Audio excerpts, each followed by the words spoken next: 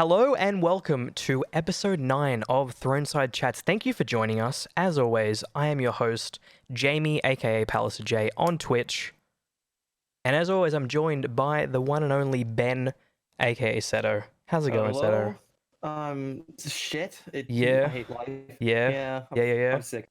But you Not push through it. coronavirus sick, just Not coronavirus. other sick. No, I'm not shitting my pants. And for the first time ever, we have a guest. And not just any guest. We have Jordan from Well Played and Chili Sauce? Did I get that right? Yeah. I nailed it? Good. You I got it just, right. yeah, I mean, I got there eventually, you know? It was a little bit of delay, but we got there. He literally told you about 5 minutes ago. Yeah, already forgot. I got it still. I nailed it. What you guys don't know is, we've been recording this podcast for the entire day. He's just been mucking up the pronunciation. exactly. Yeah, this has actually been a 26-hour podcast. We're finally getting around to actually doing it. Lots of prep for this, lots of prep.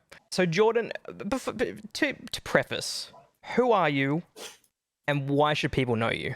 Oh man, do you mean like in the philosophical sense, or like Just who am in I, or? just games wise, you know? Okay, so I'm a gaming journalist for the website wellplayed.com.au.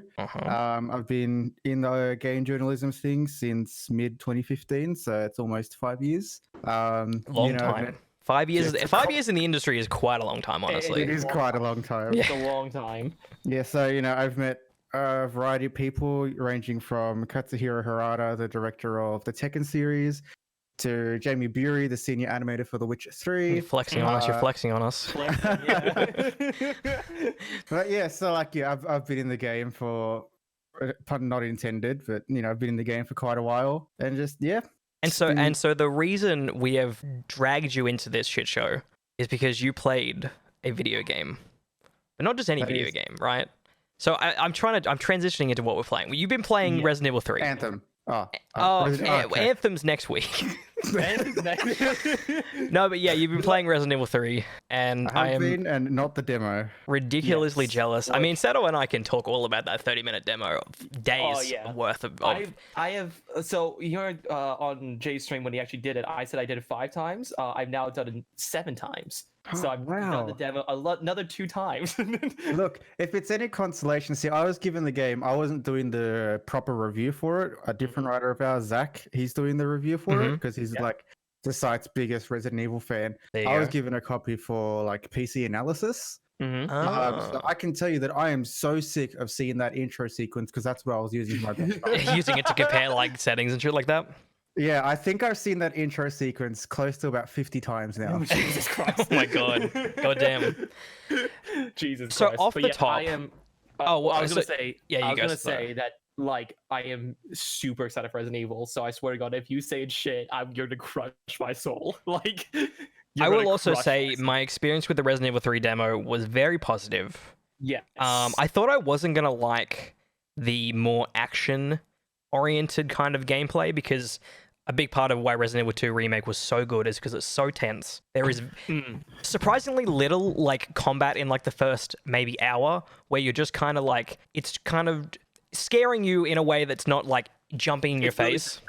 It's building suspense. Building suspense, exactly. And Resident Evil 3 demo is like almost the complete opposite in that there is almost the entire time you're fighting zombies. Yeah. Many and more groups of zombies than you kind of typically saw in Resident Evil 2 Remake, if I'm remembering correctly. But enough about the old demo. It's old news. Everyone's played it. Everyone's seen it. I want to have like, what's the 1-sentence review of Resident Evil 3 just to start us off? Okay. A technically competent game that misses the mark on its horror vibes, but hits an excellent point for its action vibes. Okay. I can get down with that. Yeah, I can see that.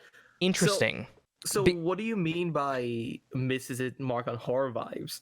So as you already experienced with the 30-minute demo for the game, it focuses a bit more on the action side of it, and you really, really feel that when you start playing more and more of the game as you see Nemesis more and more, because it's just more combat over and over again, whereas compared to Resident Evil 2, it was more about trying to avoid combat. It was more spaced out as well, right? With Resident Evil 2. Yeah. Yeah, it is.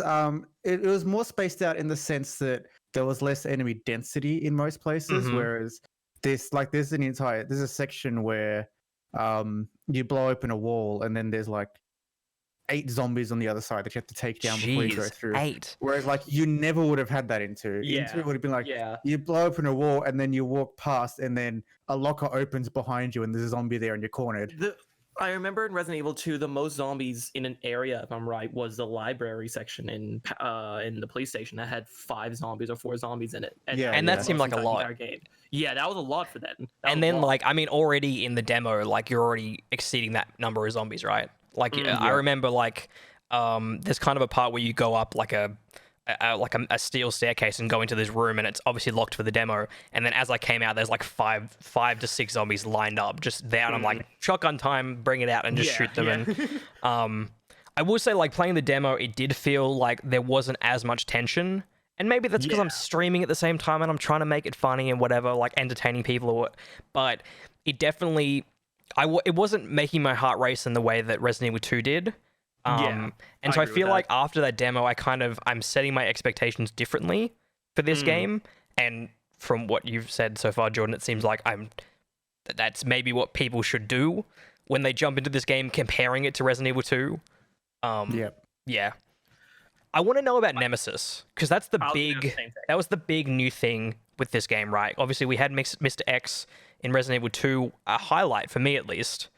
How does Nemesis stack up against Mr. X in Resident Evil 3? It's a bit of a weird question. Just for clarity, I actually haven't finished the game just because, I wasn't reviewing it. I was doing the That's fair. So how far into it are you then? I'd probably say about halfway. Okay. And so how many hours is that? Like halfway, would you say?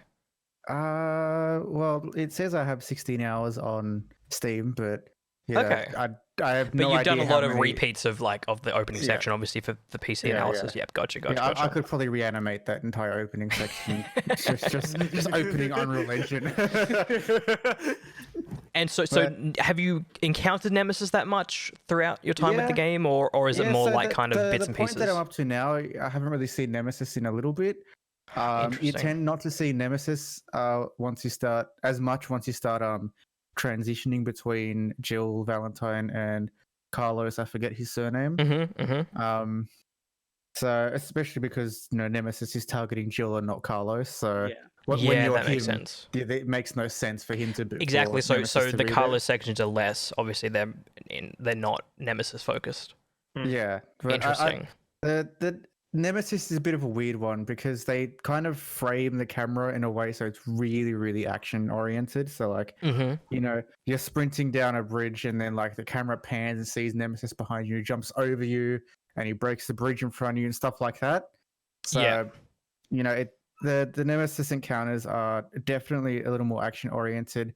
They're not the kind of like, oh shit, I need to get out of here encounters like Mr. X was. Because you do have a fighting chance against him. Would you say? You have to fight him. Okay.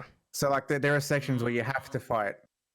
Interesting. Nemesis, and like it's not even like that far in the game where you have to fight him. Whereas like Mr. X, you didn't really have to fight him until the very end. Yeah, exactly. Well, and I think that's what made Mr. X a lot more of a threat as well. Is that there was no like.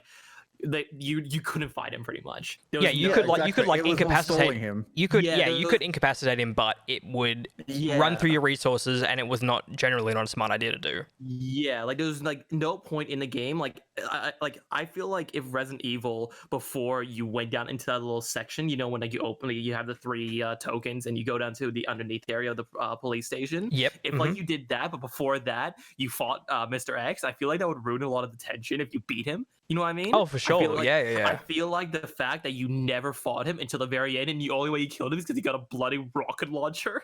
I feel like that added a lot of tension and made the Mr. X a lot more viable as a scary, villain.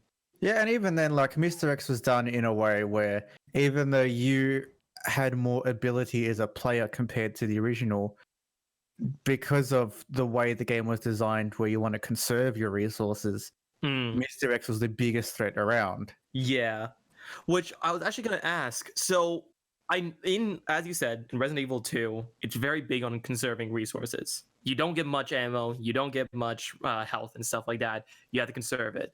What I noticed in the demo is that you get a shit ton of ammo. Like I noticed that in the demo, I was just about to say that, where like I was stacked for ammo just in that 30-minute window where I was completely overrun with resources that I just wasn't expecting. Like I've never in my life of playing Resident Evil 2, I have never actually deleted ammo in my inventory. But in the demos, I've actually deleted in the Resident Evil 3 demo, I have deleted so much hand cannon ammo because you get so much of it. I had like 60 shots throughout that demo, like constantly. I was gonna ask, is the actual game the same? Are you just overwhelmed with ammunition or resources? I wouldn't say you're overwhelmed as much as you are in the demo, but you are definitely inundated with ammunition. I mean, with Carlos, you start with like 228 spare rounds. Yeah, because he's got an assault rifle, right? Yeah, he's got an assault rifle. And then like I think they kind of balance that with the handgun, and they having like a spare 2 magazines. I would say. Okay. But it all depends on a character basis. So Jill tends to get a lot more handgun ammo, whereas Carlos tends to get a lot more assault rifle ammo. Is the story like good? The story is it is paced well. It's a little more character focused, but I think where I am at now, it's hitting a point where there's an overarching plot that it's going to focus on rather than just the characters themselves. So it feels like it invests early in strengthening the bonds between the characters, and then it'll use that to tie and now into it's moving story. into like the overall. Yeah, okay, cool. Are you enjoying it? Like, yeah, I'm enjoying it. Yeah. I'm definitely not enjoying it as much as 2, and I think that's generally just because it feels a lot more action oriented than 2 was. You know, even little things like Jill has this weird dodge maneuver that you can do, and I noticed that in the demo. Yeah, and Carlos has a counter punch that you can do. Interesting. Because I know if you time Jill's dodge at the right time, you can do like bullet time sort of thing where you slow down time. So Carlos's his punch is like that as well, except instead of it just being a dodge where you go into bullet time, it's you literally knock them off their feet so they're on the ground while in bullet time, so you have extra time to hit them in the head. Oh, interesting. Does it feel better than the action-oriented gameplay of like Resident Evil 5 and 6? Because I never really played much of those games. Okay. But I would say that it probably does feel a little better just because the gunplay is significantly better in the newer games than in 5 and 6. That's fair. Because I remember playing Resident Evil 5, and that was actually my first Resident Evil. And what a title! No, I know. Yeah, that's a great title. Honestly, until Resident Evil 7, I didn't know Resident Evil was a fucking horror game, because Resident Evil 5 and 6 were my and Revelation. Well, Revelations was actually not bad, but 5 and 6 were like some of my first Resident Evil games, and I was like, what the fuck is this? Like, what am I playing right now? Like, I don't. And so obviously playing 7 was like, oh, this is what Resident Evil is. And then playing Resident Evil 2 Remake, I'm like, oh, this is what Resident Evil is. But I don't think I'm like totally averse to Resident Evil 3 being more action oriented, just because obviously the original was in general. And I think Resident Evil 4 is good as really good as a more action oriented Resident Evil game. So I think Resident Evil 3 could be, I think that the biggest fall that's going to come from Resident Evil 3 is that people are going into it going off the back of Resident Evil 2, so having those expectations. And as we said, it's not really a horror game; it's more of an action game. So they're going to go into it, and I feel like it's going to get some flack for the fact that it is more of an action game. Are there still scary moments in Resident Evil 3? There definitely are. There are some moments where there is like a lot of dramatic tension in the air and everything. So the part where I was up to, there was just a lot of like ambient noise, and you just hear like that one constant dissonant note in the music, and this going just to like unnerve you. I guess the easiest way to compare it would be the section in Resident Evil 2 where you're in the research facility where they have garden zombie things. Oh yeah, that really eerie music that plays. Oh, Resident Evil 2 is so good. It is so good. So here's my question. With Resident Evil 2, a big aspect of it was sort of like very small puzzle aspects. if you know what I mean. So you had stuff like the token system, you had the keys and whatnot. You had to like build, you had to find sort of codes for lockers and stuff like that. Like there's a lot of different sort of There's lots of puzzle elements in Resident Evil 2, where a lot of you pushing through the game is based on you like figuring out puzzles and finding key items. Exactly. Thank you. Does Resident Evil 3 have the same thing, or is it more of a linear story where you don't really worry about that stuff? It does have the same thing, but it's not quite as intricately designed as Resident Evil 2. Mm-hmm. So it still has those things, especially in the opening area, but I think where Resident Evil 2's strength was, you spend a lot of time in that police station at the beginning of the game. Whereas you don't spend a lot of time in the one spot in Resident Evil 3. You tend to move more. And so you just don't have enough time to have such intricate puzzles in it. Is Resident Evil 3 more open in general? Is there more like exploration in terms of walking around bigger spaces? Because I remember in the demo, like as I was playing it, there is like this kind of bigger space where you're going through these different shops and restaurants and apartments. Is that kind of a theme that runs through the entire game, where you're kind of exploring Raccoon City? No, not exactly. You kind of shift out of the core of Raccoon City quite quickly, at least from what I've played. Interesting. I'm not going to say exactly where you go to in case you guys don't know. Yeah, no, that's happens. fair. That's fair enough. But the next two areas, they tend to try to stick a bit more to your traditional Resident Evil 2 style design, so it's a little more claustrophobic. I'm cool with that. Yeah, that sounds good. Closed environments. But I honestly think just the biggest problem with it is it is nice that it is a little more action oriented, but they kind of waste their big moment at the very beginning of the game with Nemesis. Yeah, interesting. It can drag on. Huh. You know, did you start to feel annoyed by him showing up? You do, and like I kind of got that way with Mr. X, but at the same time, like at no point was the game like you have to fight this person. Yeah, so those moments in Resident Evil 3 where it's like, here's an arena, you have to fight him right now. Use all your ammo and all your weapons to fight this guy. Resident Evil 3's encounters are like finely tuned to the point where if you spend a little too long focusing on the wrong thing, you can very well be out of ammo for the encounter, which sounds crazy to say in a game that inundates with ammo. Huh. Damn. Because like what Resident Evil 2, what they did really well with that game is that they had two bosses. They had Mr. X and they had the doctor guy. I forgot his name. And pretty much if you would have Mr. X, he would follow you around in like the open world and stuff like that. And then the boss arenas would be filled with the doctor guy. And it had like this flip, which was very good because you always had the tension with Mr. X because you never fought him. But then when you get into a boss arena, you also had the tension of this new guy who has new mechanics over and over again. From what I know, Resident Evil 3 only has Nemesis, if I'm right. There's no other boss.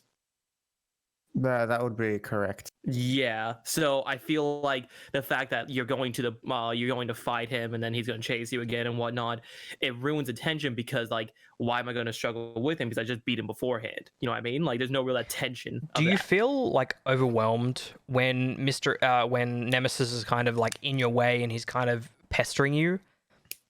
Like, because that's one of the things that I really liked about Resident Evil 2, where you did feel overwhelmed, where you're like, oh, there's all these zombies in front of me, and also Mr. X is behind me, and also I need to get this key to go to this puzzle and go to this room and get hit. No, see, the annoying part with a lot of the Nemesis encounters is they're not framed like that. They're framed as like, it'll be like the calm before the storm, so like nothing will be happening, and then so it's more telegraphed. Of when he's showing up. Okay. Yeah, so like you'll be going down like a set corridor, and then you'll see zombies, but they'll be like on the other side of a fence or something, so they can't really. And you sort of be like, okay, so Nemesis is probably going to show up, around this area at this point. Because that was the big thing about Resident Evil 2, which is I feel like what made it so intenseful is that Mr. X was always there. It was never telegraphed where he was. You would be there just chilling, and then you just hear the stomps of his footsteps coming towards you. Yeah, like is the sound design for Nemesis good? Like, is it strong in this game? Yeah, it is, but not as strong as Mr. X because a lot of the encounters are scripted encounters. You tend to not hear the footsteps. Mm-hmm. Interesting. It's only when you have to try to like the very few occasionally they try to like kind of like weasel around him and like hide and getting to go in specific areas, that's when you can kind of hear the sound design shining. But it's nothing like you're in a room and you just hear Mr. X's footsteps slowly going away and then coming towards you as he's trying to find you. Interesting. One of the things I saw people talk about when Resident Evil 3 first got announced was that in terms of graphics, it seemed like a downgrade from Resident Evil 2. Did you find that playing Resident Evil 3? Does it feel like a graphical downgrade, or does it feel on par? It feels on par. Okay. There are some nice things. So they've used Fidelity FX, the AMD upscaling technology. Oh, yep. Yeah. So you can enable that, which is especially helpful for people with lower resolution displays. It's kind of a bit of a law of diminishing returns the higher resolution you go, but they've got some nice technologies in there. The only thing that it was a really weird quirk for Resident Evil 2, and they kept it with 3, is with the graphics settings, when you have the texture quality, you can kind of allocate how much memory you use, but it's not at all indicative of how much it's actually going to use, which is really annoying. Yeah, I thought it was weird because I have everything cranked, and the game's like, oh, you're using close to 13 gigs of your allotted 10.5 gigs of VRAM, and then I look at my usage in Task Manager, it's totally not you're that. You're only using like 7. Yeah, because I was weirded out by that in the demo, because I was like, wow, I've got a 2080 Ti. How is it maxing out my GPU like VRAM doing this? And so I was kind of like a little bit like I was pushing the settings down a little bit because I'm like, I don't want to get close to the top, but apparently I don't need to care about that. I don't need to worry about it. I was like, why is this using like fucking 12 gigs of VRAM? Like, yeah. So in my PC testing, I went all the way from 1080p to 4K, and then for the purposes of testing VRAM usage, I did 4K ultra wide. Oh, interesting. Yeah, had that go. In 4K ultra wide with everything cranked, that's when it used a maximum of 7.7 gigs of VRAM. Oh, that's it. That seems like kind of low for that. Yeah. So it's well optimized. So you were running it fine. Yeah, I'm running it perfectly. Okay, great. I've been running my 1080p ultra wide. I don't think I've dipped below like 120 frames. Oh, dope. Great, awesome. That's exciting, then. Yeah, actually, that kind of leads me to what I was going to ask. How is the optimization for the game? It is quite good. I have had one really weird bug happen where when I finished one encounter and another NPC was put into the room with me, for some reason he unloaded immediately. So the dialogue didn't play, but then I hit another queue which kept the progression going. And then when I went through the door, which enabled a loading screen, it was an infinite loading screen. But after restarting it, like from that point, I haven't had any issues. So no crashes or any weird bugs. No, okay, that's good then. That's great. The only kind of thing about its technical capabilities is, like Resident Evil 2, the anti-aliasing isn't the best. It's kind of soft. I noticed in the demo the hair looked weird. You know, it had that kind of the hazing kind of effect with the hair, where that would have been chromatic aberration. It looked, but it looked similar to on like PS4 Pro if you run like checkerboard 4K, where it has that kind of artifacty kind of look. It's almost like where the mesh kind of melds a bit. Yeah, totally. That's what it looked like, and I was like, that looks a little weird, but everything else looked great in the demo, and it ran really well. You do get that sometimes, but it's not very often. The hair generally looks pretty fine. Okay, that's good. So you're halfway through the game. Are you like obviously you're not enjoying it as much as Resident Evil 2, but would you recommend this to someone who played Resident Evil 2? I would definitely recommend it, with the caveat to not expect it to be on the same caliber. Okay. So we're not going to see this at like, this isn't going to be in the Game of the Year conversation at the end of the year. No. Okay. Probably not. I'll be surprised if it was. Interesting. Well, that's a little disappointing, but like I totally get it, because like Resident Evil 2 remake was so good on so many levels, and it nailed everything. And I think like Resident Evil 3, like from what I've heard, is just naturally a worse game. So like remaking a worse video game, it's not going to obviously meet the heights of the previous one, which was, Resident Evil 2 originally was so acclaimed. Resident Evil 2 remake is so acclaimed. Like, I think I was going into this anyway, like kind of expecting that Resident Evil 3 wasn't going to hit as strongly. And yeah, I totally like- understand the like I could see the criticism of like the combat's kind of like, well, there's a lot of combat, there's not a lot of tension. Because I felt that in the demo a lot. Even that here. short 30 Same minutes here. that I played of it. Yeah, like I feel like it's definitely going to be like I was expecting it to be not as good game, and I'm glad it's still a good game. You know what I mean? But Oh, and I also, wasn't- have you played any of the multiplayer mode? Oh, yeah. No, I have not. No. Okay. Because there was meant to be a beta this weekend for it. It never happened though, because it got the beta got delayed on PC and PS4. did it? But yeah, it never happened. And they said they're gonna push it to a later date, but like the game comes out on Friday, so I don't know if it's gonna happen tomorrow or what. Maybe that's but... even means the thing will always be in beta. yeah, I don't know, but yeah, I've heard some mixed things about it for sure. I saw some gameplay and I was like, this looks kind of like it looks okay, but it doesn't. Obviously, people aren't buying Resident Evil 3, 4. Yeah, as long as it isn't a repeat of Umbrella Corps, we're good. Oh my god, I bought that game. I had that No video way. game. I bought so many bad Resident Evils, dude. Like so many bad ones. Like all the bad ones. I even bought Operation Raccoon City. Yeah, I know. Yeah. Really? Yes, that like that third person co-op shit fest. I don't even know I don't remember what it was like. It was terrible though. So To be like fair, what you just described it as the same way you could describe RE6. that's true. Oh my god, Resident Evil 6 is oh yeah. god. I'm glad we're in an era of Resident Evil where it's not hot trash, you know?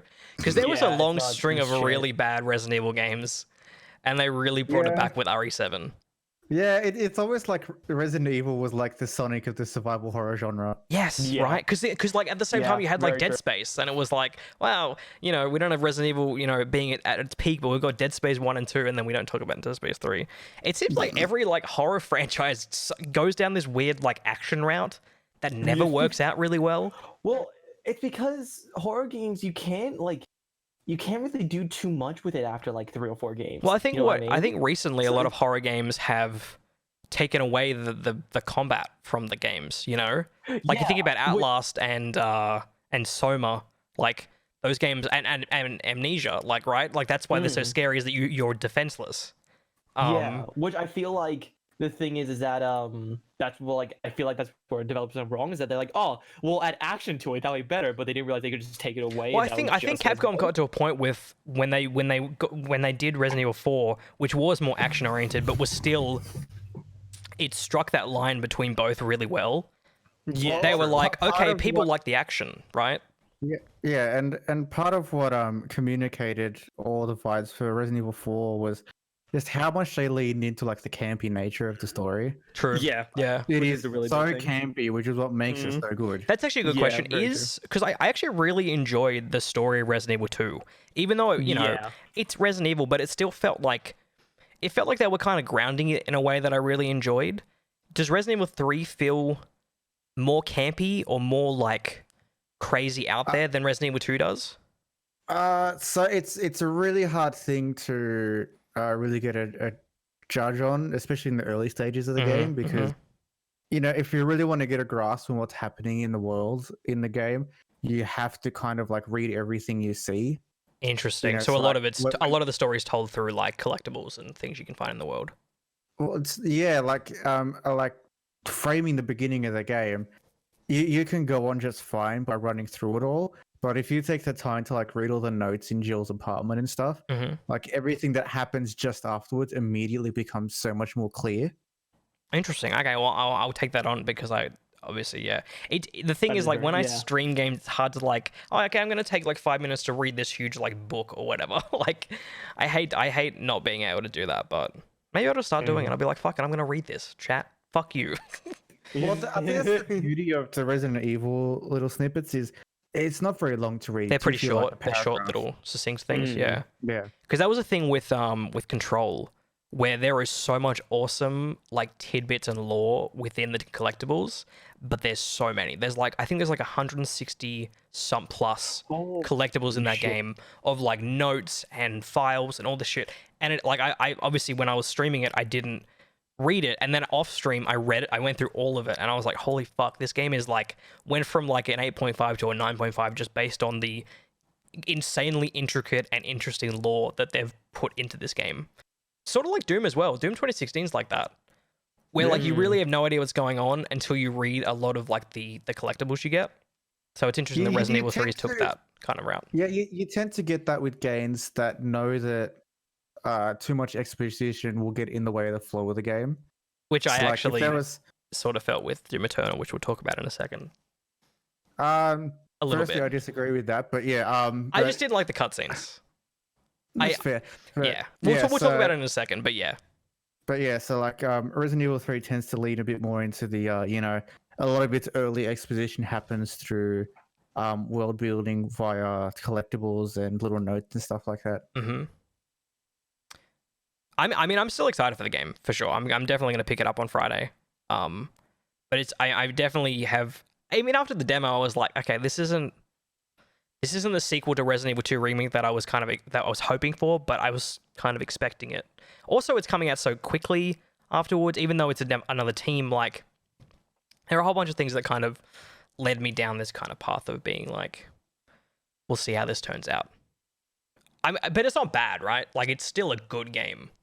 No, it's not bad by any means. I think possibly what might have made its reception better is if this one had come out first and then they went back and did Resident Evil 2. Interesting, yeah, because there's obviously the high like acclaim of Resident Evil 2 puts a lot of pressure on this game. Yeah, so it has to live under the shadow of Resident Evil 2. Yeah. Oh wow, well, good to know. Okay. Obviously, next week Seto and I will have played this game, so we'll be able to give our thoughts on it.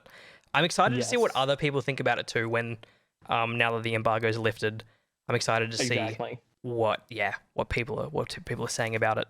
I'll be interested to see what that open critic score is. You know, interesting.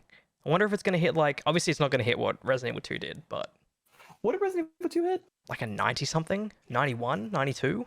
Yeah, 91, 92. Yeah, I would probably guess around like. I'd say maybe guess around 84, 85. Yeah. I would say about that. Like, I think Resident Evil 2 was the highest rated game last year on OpenCritic. Yeah, I think it was. Shit. Yeah. Okay. It did really well. It was clearly like from the get go of last year, like a front runner for Game of the Year. Yeah. I mean, and then Sekiro came or whatever.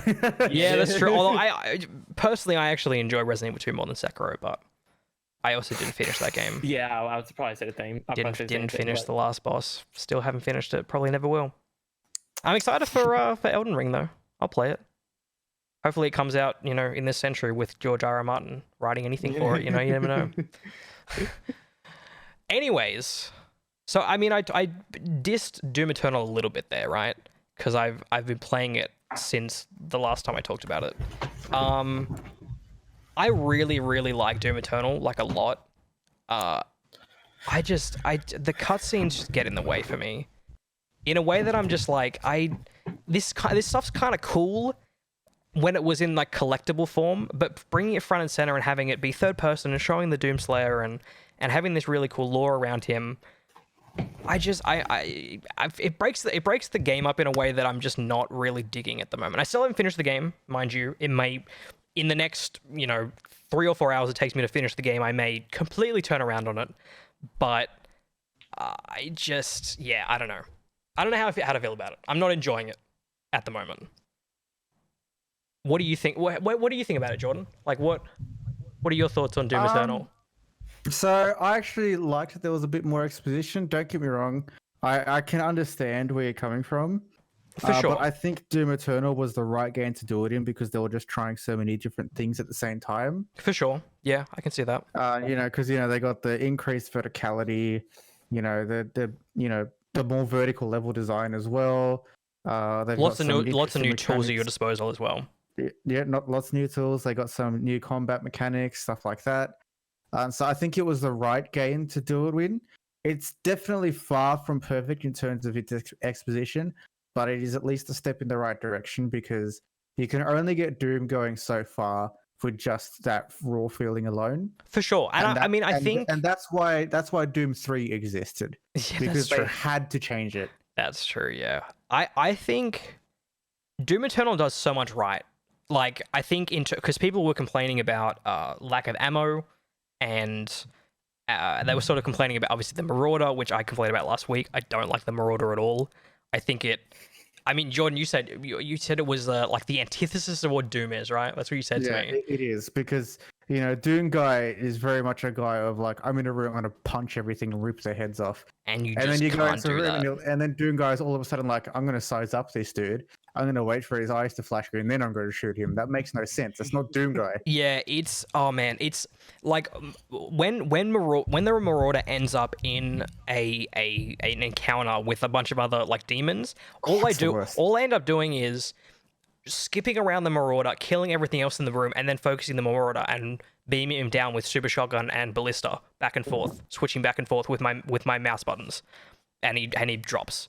Like I feel like he doesn't add anything that when I fight him, I'm not like when I kill him, I'm like thank God that's over. Not wow, that was a really fun fight. When I do with other demons, when I'm when I'm using the precision bolt on the machine gun on the top of the Arachnotron's the turret and beaming that down, and then using the shotgun, using the sticky bombs to just destroy him, and I feel like a badass. When I fight the Marauder, I just don't feel anything.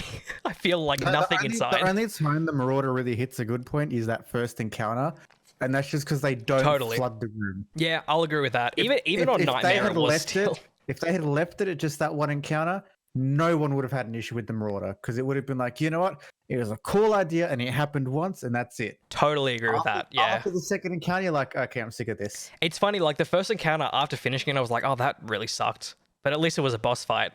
And then the next level, it's like, okay, here's the Marauder in broad daylight with a bunch of other demons around him. Have fun. Yeah. And I'm like, wow, this on Nightmare literally makes me want to bash my skull against a wall. Like, holy shit. Dude, like this game halfway through takes a turn into like, you are not good enough at this game to play. Fuck you. You need to get better in a way that I was not expecting. Like the last few levels have been so difficult. Like it was funny, like when I was streaming it, like for the first like quarter of the game, I'm like, oh, this doesn't seem as bad as Doom 2016 or Nightmare. Like it seems doable. And then you get to like the second half of the game and you're like, holy shit, this game is like turned up to 12 and I cannot keep up in a lot of situations. It almost feels like the first half of the game is teaching you how to play, and the second half is just one massive I just test. wasn't expecting it, dude. Like the fucking Archvile and the totems and like, man, it's a relentless video game. Yeah. And it's not like I'm sure there will be plenty of people who literally cannot finish it. Even on the easier difficulties, like they're like, I can't do this. Like people who just can't aim very well or what, like I don't know. It's a very, very, very fast, frenetic, intense game.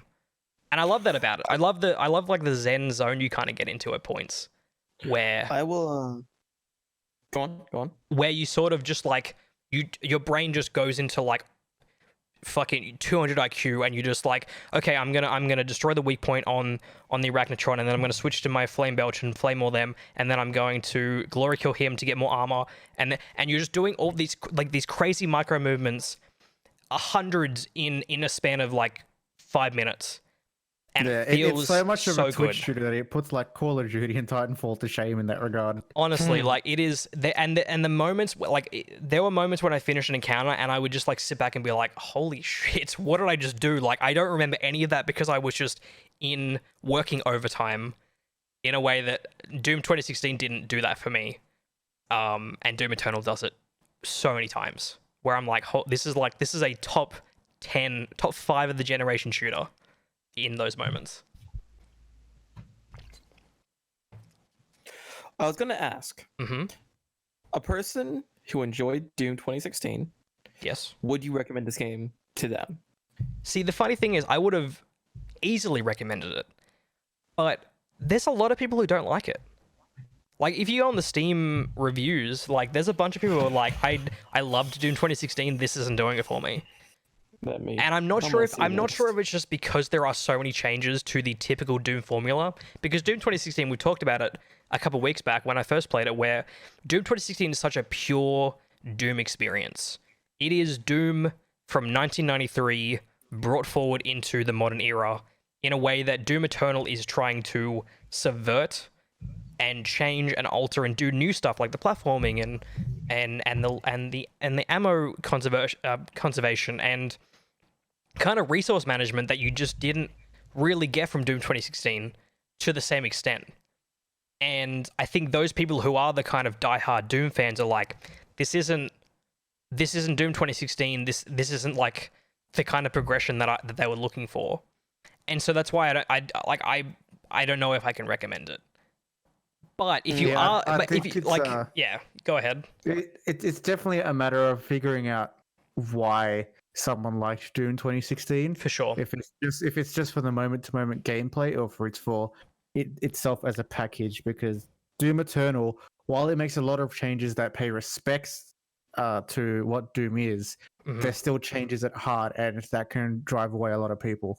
For sure. And I think like Doom 2016 was my first proper Doom game. Like I dabbled in Doom 1, 2, and unfortunately 3. And I'm easy when it comes to that franchise because I don't have that like that legacy with it, you know, to where I can kind of, when I see these changes, I'm like, okay, yeah, I get that. That makes sense to me. Like I'm going to enjoy this. Not all of them, obviously, but I think it's like before Doom Eternal came out, I was like, is this going to be a 10 out of 10 shooter? Like a 10 out of 10 FPS campaign, and how difficult it is to achieve that. And I don't think it's a 10 out of 10, but I think it's damn close. Similarly to how Doom 2016 was damn close to being a 10 out of 10 game. And I think Doom, whatever the next Doom ends up being, I think it's going to be like that best of both worlds, where they nail they nail the story elements, they nail the platforming in a way that's more intuitive, and kind of just bring everything down into a point where it's like this is what they've been building towards, and I'm excited for that. I can't wait to see what they do next. Is this where I break your heart and tell you that the next Doom is just going to be full of marauders? Like every enemy is going to be a marauder. Dude, I hope there's some I hope what they do is there's some reference in whatever Doom 3 ends up being to like how, oh yeah, all the marauders are extinct, they don't exist anymore. Like they just make a joke about it because of how annoying it was, or they turn it up to 11 and they just include them in like every level. I don't know. Yeah, dude. I'm still very excited for it. Like I think these still, like both of these games are still so good. You think about like the top shooters of this generation, you think about Titanfall 2, you think about Doom 2016, and you think about Doom Eternal, and also, you know, Wolfenstein and Wolfenstein 2, the new Colossus. Like, I don't know, there's been a really, really solid generation of shooters in a way that like, well, I mean, I guess last generation we got Halo 3 and Call of Duty 4, but I don't know, I feel like these ones might actually be a little bit better. That might be a controversial opinion. Disregarding one shooter though. Oh, what am I doing? 2. That's actually dude, I should have gotten on that Splatoon 2 train, dude. I never did. Dude, the level design for the campaign is fucking superb. Oh, really? I would have thought like multiplayer is where it's at, but if the the campaign is so good, as well as the DLC campaign, which is hard as fuck. Man, maybe I got to get on that Splatoon 2 train. I've been playing a lot of Switch lately, which I'm going to segue into. Jeez, I wonder why.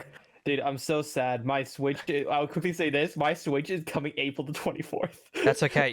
Dude, I will be shocked if I'm not playing Animal Crossing New Horizons every day until December 25th of this year. Like, this game is so good. Right, like Jordan, I've talked about it so much. Jordan, you have the floor. Tell me all about your experience with Animal Crossing New Horizons. Worst game in the world. No. It's like, oh fuck. No, so I went into Animal Crossings with the Stardew Valley mindset. So it was a bit of a rude shock, because those are two, while they go for a similar feel, they go about it in a very different way. So like, you know, Stardew is a lot more about the immediate return. You know, you can go through a month in one night of play. You know, whereas obviously Animal Crossing's not that. Whereas Animal Crossing, you know, it's time gated to you know, it's not even like time gated for like 24 hours. It's more just the tick of the next day, really, because you can build something a minute before it ticks over, and then it counts as built. Exactly. Yeah, I think it's what 5 a.m. is like the tick over to the next day. Yeah. 5 a.m. is the tick over. So like, it was a bit of a rude awakening for me. I was very tempted to time skip when I first played. Unfortunately, to meet a proper a reasonable time frame for my review, I had to time skip just to experience everything. I think a lot of people did that, honestly. Like, I think IGNs, they talked about time skipping because they were like, I mean, we got to get this review out in 2 weeks. We got to get through this. Like, so they time skipped. Exactly. And it's really hard to adhere to everything, especially. How far are you in it, Jay? Have you got the upgraded town hall yet? Yes, I got that 2 days ago, or maybe yesterday. Yeah. So that period is probably the worst period in that game because you just can't do anything.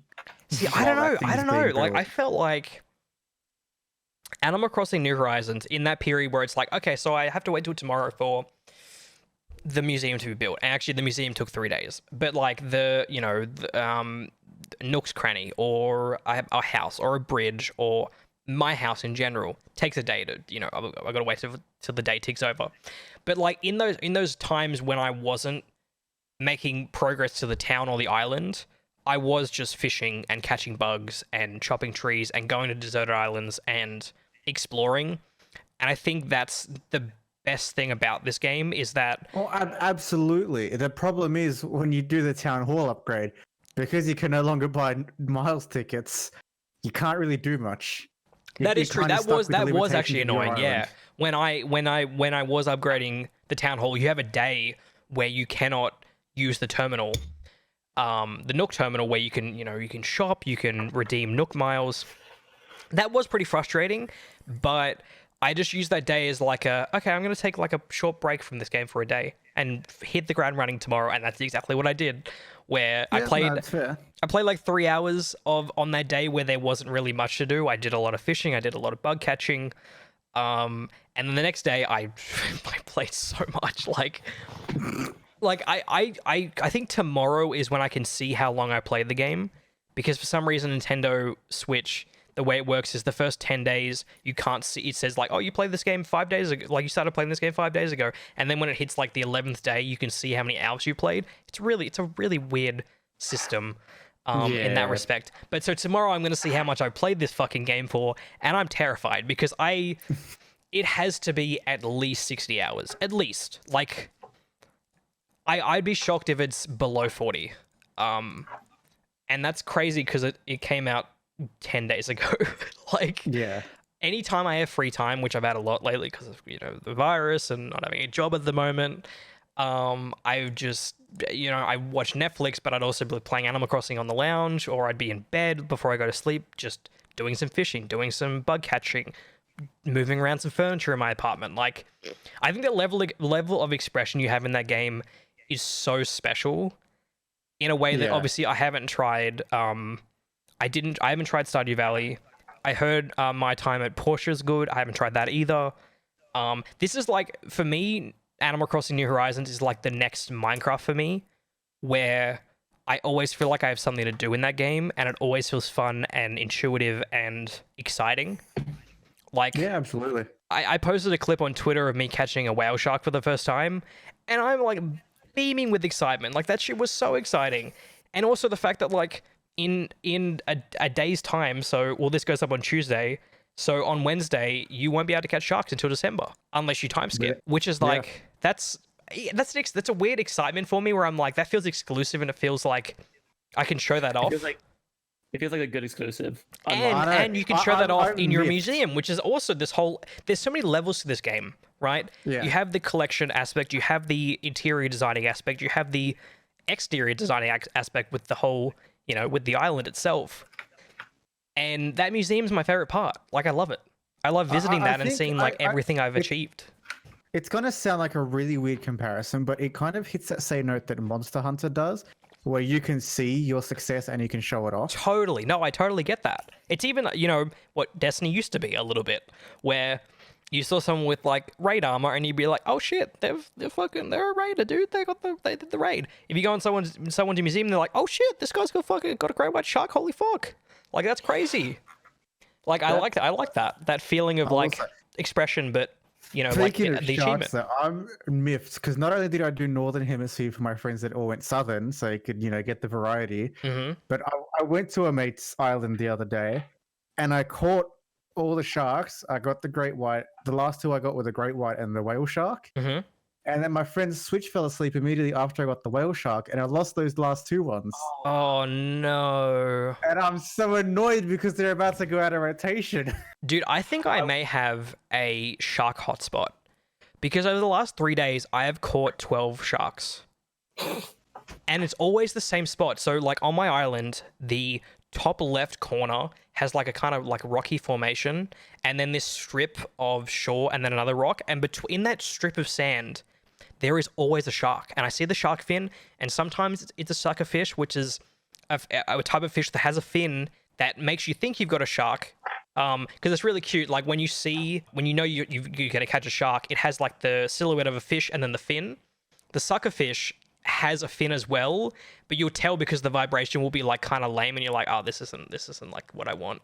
Yeah, and then when you pull it out, it calls you a sucker for it. Yeah, exactly. But when you catch a shark, you feel it because like your controller is vibrating intensely, like you are catching a fucking big fish. And sometimes that's a whale shark, sometimes it's a great white, sometimes it's a hammerhead, sometimes it's an ocean sunfish. That vibration though is that the vibrator goes fucking crazy when you get a sea bass, so it's always going off. Oh my god, dude, don't even get me started on the fucking sea bass, dude. Mate, I have a personal vendetta against these fucking things. Dude, they're the worst. Think about how I feel. I have less fish variety in Northern Hemisphere. And you know what the worst thing is? Is that this fucker's around 24/7. 24/7, 365. Every day of the year, this fucker is around. This sea bass. Yep. I hate it. Yep. Get him out of here. My life in Northern Hemisphere right now is sea bass and black bass. Oh, dude, the black bass as well. And the salmon. Every time you go to the edge of a fucking river, between the river and a sea, there's always a fucking salmon in there. And I don't care for them because they're worth like nothing. Seto has no idea what we're talking about, but like, let me tell you, you will get to a point where you catch your 100th fucking sea bass, or your fucking horse mackerel, or a salmon, or a fucking what else is really annoying? The turkey lion, what's it called? Zebra turkey fish. Zebra turkey fish, very annoying. Don't like that. I like the little tag on it though. Like it's the tag on the zebra turkey fish is land sea air, pick one, like, or something like that. It's like, just pick one already, because of it. You know, it's funny. The game is adorable inside and out. Yeah, there is so much love and attention put into it. There's so many details, like the fact that I built a like record player. And then I can buy songs and then slot them into the record player and choose, like, I just love that stuff. I love all the all the different kind of quirks to everything. Like, I bought a magic kit from Nook's Training, which is one of the stores, and if you press like A on it, a bunny comes out of the hat, and I'm like, you didn't have to do that, but it's just like a nice little addition that makes it feel unique. And yeah, it's just this game came out at the perfect time. And I think I said that last week, where we talk about a game to just like let all your issues wash away. This is the game. This is the game, dude. Well, actually, no, it's not true, because our issues now just persist around sea bass, but whatever. That's true. I mean, sea bass is the coronavirus of Animal Crossing. It's a virus. It's an infection. It's getting deep into the weeds of that world. But I love it. Like and my Twitter is constantly with people talking about this game. Like, I can't believe how much it's blown up in a way that I wasn't expecting it to. Yeah. I saw a thread that someone had the conspiracy that Nintendo started the whole coronavirus thing to make Animal Crossing seem better. Talk about perfect timing, right? Like, worst time to be any other business. But if you're a maker of a video game, like, everyone's at home, they're stuck at home, they can't do anything but stay at home. You've released this giant, massive, crazy, awesome, create your world kind of game, like, perfect. Like, it's awesome. It sold what, like 1.4 million copies in Japan, maybe an absurd amount, which is insane in the first like 3 days for a Switch game. And then it sold. It was the best selling game in the UK. It was the best selling single Switch game in the UK for the first week, which is like, who would have guessed this game was gonna? I can speak for launch day for a friend of mine. So he shipped less. I think he said he shipped less than 100 copies of Doom Eternal. And how many Animal Crossing copies? 1,000. Holy shit! And that's just at one like what EB Games like. I'm not at liberty to say what Okay, store it is. okay, yeah, that's crazy. That yeah, I would have. I think Doom Eternal's doing well as well, right? Like it's. Oh, it is. I think Doom Eternal is just a matter of probably more people are getting it digitally rather than physically. Yeah, because I think it had like 100,000 concurrents on Steam the first day, which is the largest amount I think Doom's ever had on Steam. I think it did 3 times the sales of Doom 2016 in its first week, which is absolutely insane. Like these games are selling so well, and which is great because they're both fantastic games. Speaking of fantastic games, so obviously you two have not played Half-Life Alyx, right? Nope. If more people played Half-Life Alyx this year, it would be Game of the Year. I'm not even kidding. Wow. Like this game is an absolute masterpiece. And I've heard very, very good things about it. I have as well. I am a very new Half-Life fan. I played the first 2 Half-Life games in the 2 episodes. Literally, I finished Half-Life 2 episode 2. I think it was 10 days before Half-Life Alyx came out. So it was very fresh in my mind how fantastic those 2 games are and the 2 episodes are that follow Half-Life 2. Like that, I don't know where I've been to not play a Half-Life game until now, but they're so good. Like both of them are so good. And I was like, how are they going to translate this into a VR game? And oh man, dude, like, so off the bat, so there's 3 main ways that the game challenges you, right? You have kind of holographic puzzles to unlock kind of weapon cases, and then also you have like a place where you can upgrade your weapons, and you use resin to upgrade that. You have to unlock that via a puzzle, and there's also trip mines that you deactivate via a puzzle. There's also the combat in the game, and then the other mode is exploration and just looking through everything in the game. So looking through cabinets, looking through like bookcases, and just scavenging basically. And that is, let me tell you, like scavenging in that game is so much fun because you're physically pulling out cabinets, looking in virtual reality, and everything is just every motion is every object is reacting to your hands. It's all physically rendered accurately, and Source 2 engine is insane. Like as an engine, it is gorgeous. It runs incredibly well.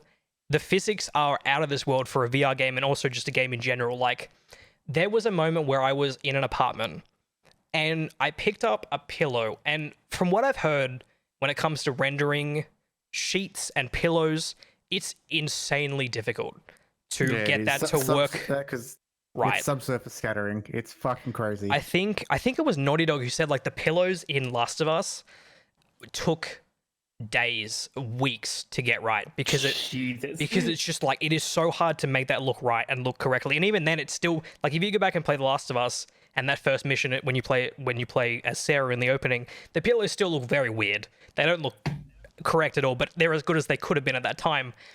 And I picked up this pillow and I'm moving it, and it just worked. It worked like a pillow, and I was like, "What the fuck? Like this is insane!" Like I was so impressed by this fucking pillow, and everything is like that. Where you pick up a head crab and you grab it by it's like a head crab. Obviously, if you haven't played Half-Life, are like the things that jump at you. They're like the from Alien. You know what are they called? The face huggers. Face huggers. Yeah, they're like totally inspired by those, right?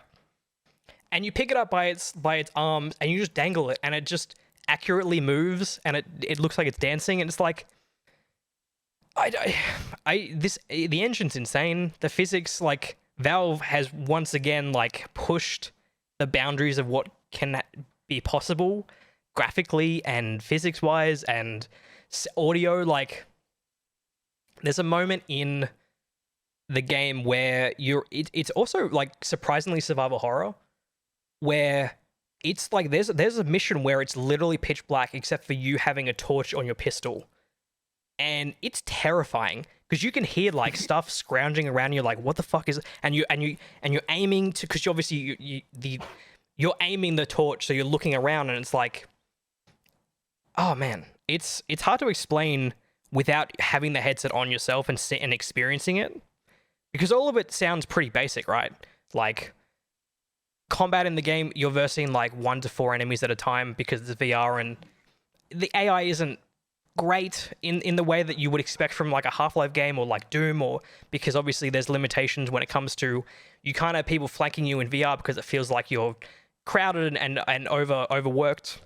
But in VR, when you're in that mode and you're grabbing ammo from your backpack and you're ejecting the magazine and loading a new magazine and pulling back the hammer to load the weapon, and then you're aiming it, and all of that feels so responsive and it feels so good. Like, it's the best VR shooting I've ever experienced, where it just works and there is very little error in the game. There were very few bugs, in a way that, like, VR, you know, when you play VR, Seto, you've experienced it, where the weird stuff happens, like your hand will like stop registering for a second, or or like it'll clip into you or clip into the gun or something. You'll try to load a mag and it won't load properly, and you've got to do it twice or whatever. I could count maybe on one hand the amount of times that happened. And this is obviously with a device, you know. This is obviously with a device that's not, you know, like it's an Oculus Quest hooked up to a PC, so it's not like the Index. So I can only imagine what that experience is like, using the actual finger tracking, you know. And I think the most surprising thing for me is how good the story was. And it probably shouldn't have surprised me, because Half-Life 1 and 2 have fantastic stories. And obviously for their times, but even now, like, they're so rich and dense and intelligent. And for a VR, like, and I keep saying for a VR game, but like that's the highest praise I can give this game, where it's like Half-Life Alyx isn't just a good VR game, it's a fantastic video game on its own. Like, I think the whole idea of saying, well, this game's good for a VR game, like that whole statement's null and void now, because this game pushes boundaries not just for VR, but for games in general. And oh god, like, the ending of this game is just so mind-meldingly fucking perfect. As a new Half-Life fan, but also just in general, experiencing that in VR it's one of the best endings to a game I've ever experienced.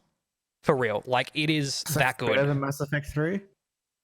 Far better than Mass Effect 3.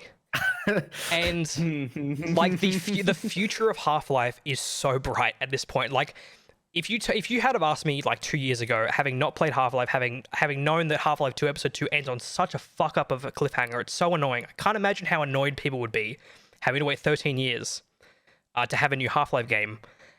I would never have expected a new Half-Life game to come out. Like, I just thought Valve would never make another one. But now with Alyx, I'm like, they're on track. They're on track to continue to make games, and they've always had it, you know, like they've always had that kind of that mastery of games, you know, like you think about even after Half-Life 2, you have Portal 2, which came out in 2011, you have CSGO, came out in 2012, and then Dota 2 in 2013. Like, Valve's been there. Valve, you know, gets games still. I think it was just a matter of like, I think they've even said this, where they wanted Half-Life, when a Half-Life game comes out, it pushes not only game design, but it pushes technological boundaries. And I feel like they were just waiting for the right moment for VR to be at a point where they could really change VR. They do. This is the best feeling VR game I've ever played. And everyone needs to play it. Like, everyone needs to play this game. But people, like, you need to play Half-Life, the other Half-Life games. Otherwise, it's not going to have that impact. But it's also the fact that not many people have VR headsets. That's the thing, man. I think this game's sort of strangely gone under the radar in terms of, like, you think about, like, I think the top concurrence for Half-Life Alyx was like 42,000, which is actually insanely high for a VR game. But for a Half-Life game, like, that's so low. Yeah. Like, could you imagine if this was a flat screen Half-Life 3, you'd have like 300,000 people playing it on day one, like insane numbers. Yeah. But I like, without going into spoilers, I think this opens up the possibility for VR Half-Life games, but also flat screen Half-Life games. I think they can coexist. And I think that's so exciting. Like, one day you will get a Half-Life 3 announcement.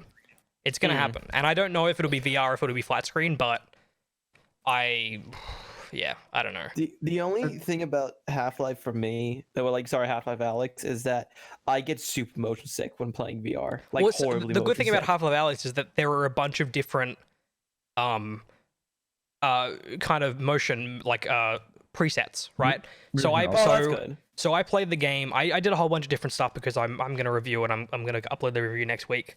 So I did like free motion where you use the analog stick and you move around freely. The one thing I will say about that's weird about those those different options is that there's no smooth look around with the right stick. It does it does the jitter where it does you could choose the degrees at which it skips around. I didn't like that at all. I hope they maybe patch that and fix it because it just felt real. Like a lot of the time I would just look around myself instead of using that because it just felt I don't like the jitter at all. There's also teleportation, which I used a little bit here and there. I also did the sitting down stationary in my chair. That didn't feel great, but you can play it that way if you really wanted to. I don't think that would take away too much from the act of of combat, but I feel like that would take away from the act of searching through shelves looking for ammo, which on paper seems really, really basic, but it's really cool just moving a bunch of ingredients out of a pantry and seeing one shotgun shell and grabbing that and putting that into the shotgun and then pulling back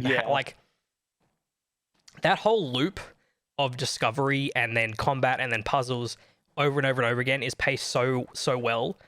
And the graphics, it sounds so weird to talk about graphics in 2020 because every game looks incredible, but in seeing it on your face in VR, how gorgeous this game looks. You know how when Fallout 4 came out and it felt like Bethesda Game Studios made that game in a vacuum where they didn't see what other RPGs were doing. They just made Fallout 3 again and it looked like Fallout 3 again.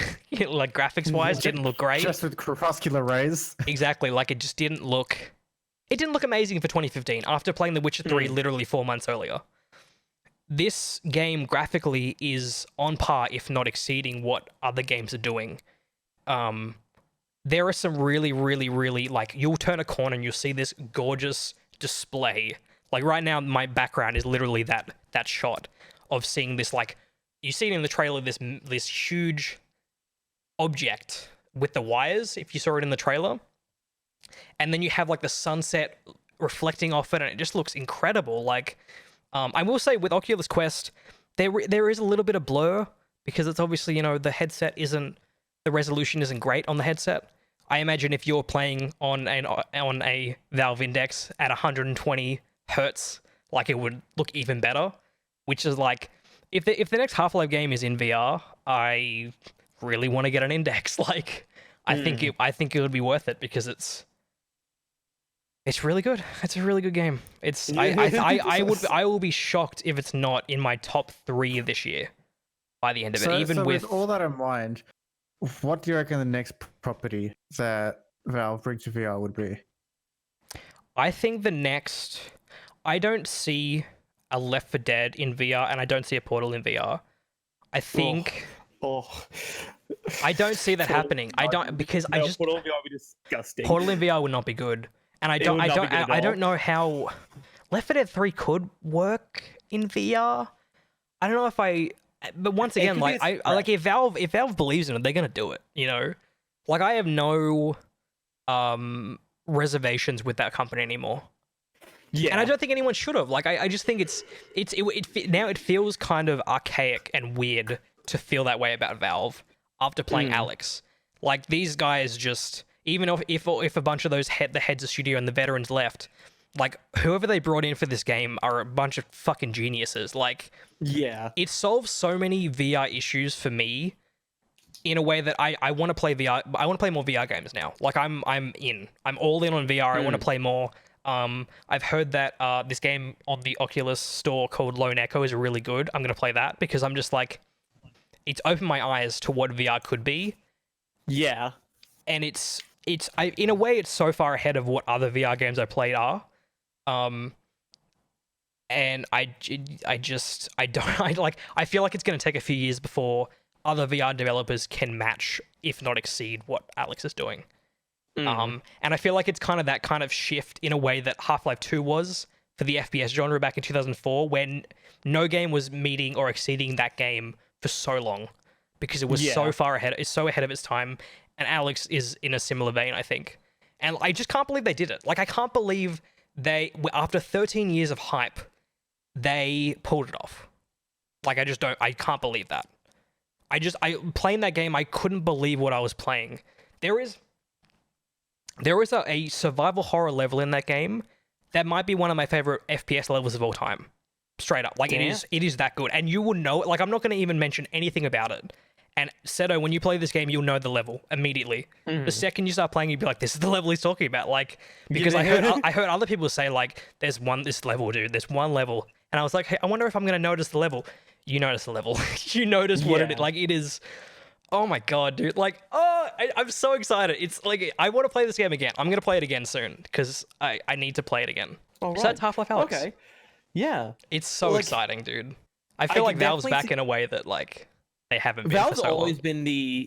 Valve's always been like the granddaddy of gaming. You know what I mean? They've always been, in my eyes, probably one of the better companies, or like the best company. Every game they brought out has been good. That's the thing. Like, they don't make that. I mean, I think their only misstep was Artifact, right? Yeah, exactly. But like, and I imagine that was probably a small team while another team was working on Alyx. So like, yeah, like, you know, that's the thing, is like, I don't feel like they have so many, like, Portal 2, they have all CS:GO, they have Left 4 Dead 2, now they have Half-Life Alyx, Half-Life 1, just the amount of franchises that they nail. Yeah, exactly. And revolutionize so much. Like, you think about Counter-Strike Global Offensive. It's still it crossed 1 million concurrent players recently. Like, it's crazy how much numbers that game pulls. They just have this grasp on design that I don't think many developers will ever get to. Like, I don't know. I just think they are so good.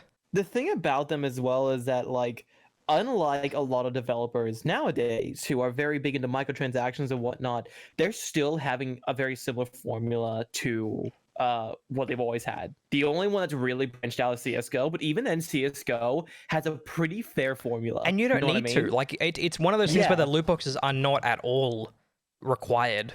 Yeah. If anything, people buy them because they want to support the game further because it's that good. Yeah. You know. And also the thing about it is that, let's just say you want to get like a Crimson Wave Karambit. Okay, let's just say you want to get that. You don't have to look for it in loot boxes. You could buy it if you really wanted to. But you could straight up buy it if you wanted to, right? Like, that's the thing. And like, while you have other games like right now, let's just say Destiny right now, like that's a game we all play. Like Destiny Eververse is not really in the best state, right? You know what I mean? And no, like it's not. It's not really, and like that's where a lot of games lean into and stuff like that. I think the rare thing with Valve is that they have the money and the resources to just make whatever the fuck they want, right? Yeah, exactly. Like, they don't. Half-Life Alyx is not going to. It may not even make its money back, because I imagine this game costs at least $50 million to make, at least. Yeah. Like, it is. You can see the love and care and the production value in every frame of that game. And, you know, I think Alyx is going to be that push that gets a lot of other companies thinking about VR more. I think you're going to see the Ubisofts and the EAs and the Sonys taking more of a like a hands-on approach to that. Because Sony, you know, they have PSVR. A lot of their VR games are very much budget in a way that Spider-Man and God of War and Horizon and Last of Us aren't, you know. I feel like, and they're shutting down VR studios left, right, and center. Like, I think they had what, 3? Sony had 3 VR studios in London or in Europe in general, and they're all shut. All they have now is just one London studio working on VR games. Because they just, obviously those developers weren't churning out the games that Sony was looking for. But I think this is turning a page. I think you'll see that. I mean, Half-Life Alyx is currently the best reviewed game on OpenCritic. It's the best reviewed game of the year. By like 1 point. What is the percent? It's on 92 out of 100. That's good. And Animal Crossing is like 91. Well, this on Steam, it like there's not many games on Steam that has overwhelmingly positive reviews, but that Half of Alex has overwhelmingly positive. It is very close to like flawless. And I don't say that lightly. Like, there's not many games that are like that. Yeah. And that's to say, like, I'm sure people. I will say one thing about Half-Life Alyx is that the bigger the space you have, the more you're going to enjoy it. Like for Alyx, I moved a bunch of furniture out of the way, so that I could have a bigger space for it, and it really paid off because having that. And obviously, there's moments where like I'd have to turn a certain way because the cable was getting tangled around my feet or whatever, and that's annoying. But that's just like a VR thing. That's not like a Half-Life Alyx issue. You know? Yeah, exactly. And I think until we have a headset that's as powerful as a Valve Index, but also wireless, we're going to have those issues until that point. Yeah. I just think this is as good as it gets for VR. Makes sense. And Makes sense. I story-wise, like, I don't think a game like the writing is so smart. Like, I haven't even mentioned like the dynamics between characters. Like, so you're playing as Alyx, right? She's very dry and very sarcastic. She's a great character, and I at first I was weirded out by her voice not being the original voice actress. But that slowly that went away pretty quickly because she is all the performances in this game, dude. Like, they're all so good. I don't know where they're finding these people, but it's like they've never. I looked up the cast list. A lot of them haven't done video game voice acting before, and they're all so good. And it's all so natural, and just like in terms of animation, like the way they're animated and looking like. It's also smooth and seamless, and yeah, it's a really, really remarkable game in a lot of ways. And I think if anyone has the opportunity, has a VR headset, has a want to get a VR headset, that's the first game you should play. Although it will make every other VR game feel very, very not as good. Like, but yeah, dude, like what a year so far. You talk about these three games, good. like Half-Life, Doom, and Animal Crossing, like, that's a week. It's less than a week of time, and all these games have come out, like, and this week we've got Resident Evil 3, next week we've got Final Fantasy 7, like... And if you're getting earlier in the month, we had Neo 2. True, yeah, that's true. Neo 2 skipped me by. And then there's the Division 2 DLC. Yeah, that's a game. The more I play Division 2, the more I'm disappointed by it a little bit. I think it just, I don't know. Yeah, I stopped. It's not really hitting the mark for me anymore. I think it's one of those games where it's you either adore the end game or you just drop it. There's no in between. I think they made a lot of changes to the way the sandbox is working that a lot of people just don't like, and I personally am not enjoying it. It's either you put it on difficulty where it's shit easy and you just mow through everything, or you bump it up like one difficulty higher and you get destroyed by everything. Some of the way they've tuned armor and weapons in Division 2 at the moment is lopsided, and I did kind of feel it. It definitely towards the end of my sessions with it, it definitely felt more akin to the Division 1 with the enemy sponginess and their willingness to one-shot you. Yeah, it's a bit of a disappointment. It's a bit of a bummer, but I think it's going to get better. Like, they're going to update it and improve it. So, like, I'm definitely going to jump back into it at some point. Oh, for sure. And the disappointing part about it, though, is the sandbox when it launched was so good. Yeah. Like, yeah, literally the update before was in such a good state. Yeah, it's a bit of a bummer, but, you know, developers are allowed mistakes. Yeah. And, you know, live service games, apparently, like, obviously they are fucking difficult to get right because... Yeah. No one can really get it right except for like Warframe, right? Like that's what everyone says, you know. Warframe's still getting it right. Warframe doesn't get it right 100% of the time. No, of course not. Of course not. But I think they've been on a bit of a hot streak, right? They absolutely have. But the real difference with Warframe is Digital Extremes actively take feedback from their community and try to work around that. They don't always hit the mark with it. But like some of their most recent sandbox changes to like explosive rounds where they don't really do damage to you anymore, and so they just knock you over and stuff like that. It kind of split the community. The really elitist part of it was upset, but the rest of the community was like, "No, this is cool." You can't. Obviously, with these games, you can't please everyone. No, it's impossible. Yeah. Luckily, Warframe has a really good community behind the back. He has a very good community behind the back. It does. Yeah. I'd argue one of the best communities. At the time, I felt like there was a better community was when the Doom communities and Animal Crossing communities combined. That was really great. I funny. love that. Yeah. That was Did really you see funny. IGN on that day when those two Yeah, games came out? yeah, they had the different photos for The each Doom one. It was Eternal really review great. had Isabel, but in Doomslayer armor. Yeah. And then the other one was Doom guy just on a beach catching fishing. butterflies. He was fishing. Yeah, he was fishing. That's he was right. Fishing. I Yeah. love Have it. you guys That's seen that perfect. that animation where it's Doom guy playing with Isabel in Yeah. in I Hell did on see that. Earth? Yeah. Yeah. Oh, I it's saw, so I good. saw good. one. I saw one really funny one. It was a photo on Reddit where it was like Isabel and Doom guy sitting there, and Isabel's like, "Oh, whiskey on the rocks," and Doom guy's like, "Oh, guys, some milk." And then next frame is Isabel's saying "pussy" to Doom guy. But yeah, no, Warframe is definitely it's definitely in a very good spot. The only thing about Warframe is that like if you can't or don't want to put that early game in, seriously, it's that early game is what kills the game for a lot of Yep. people. Killed Yeah. me Is that many early times. game? I keep trying, and it just keeps not working for me. The only reason I went through it is because it was after the phase of Forsaken with Destiny 2. I'm like, you know what? I'm gonna push my way through this, and I went through that. I'll say like 10 to 15 hours of it. But then after that, it's one of my, if not my favorite service game. The only reason I don't play it more is because I don't have anyone to play with.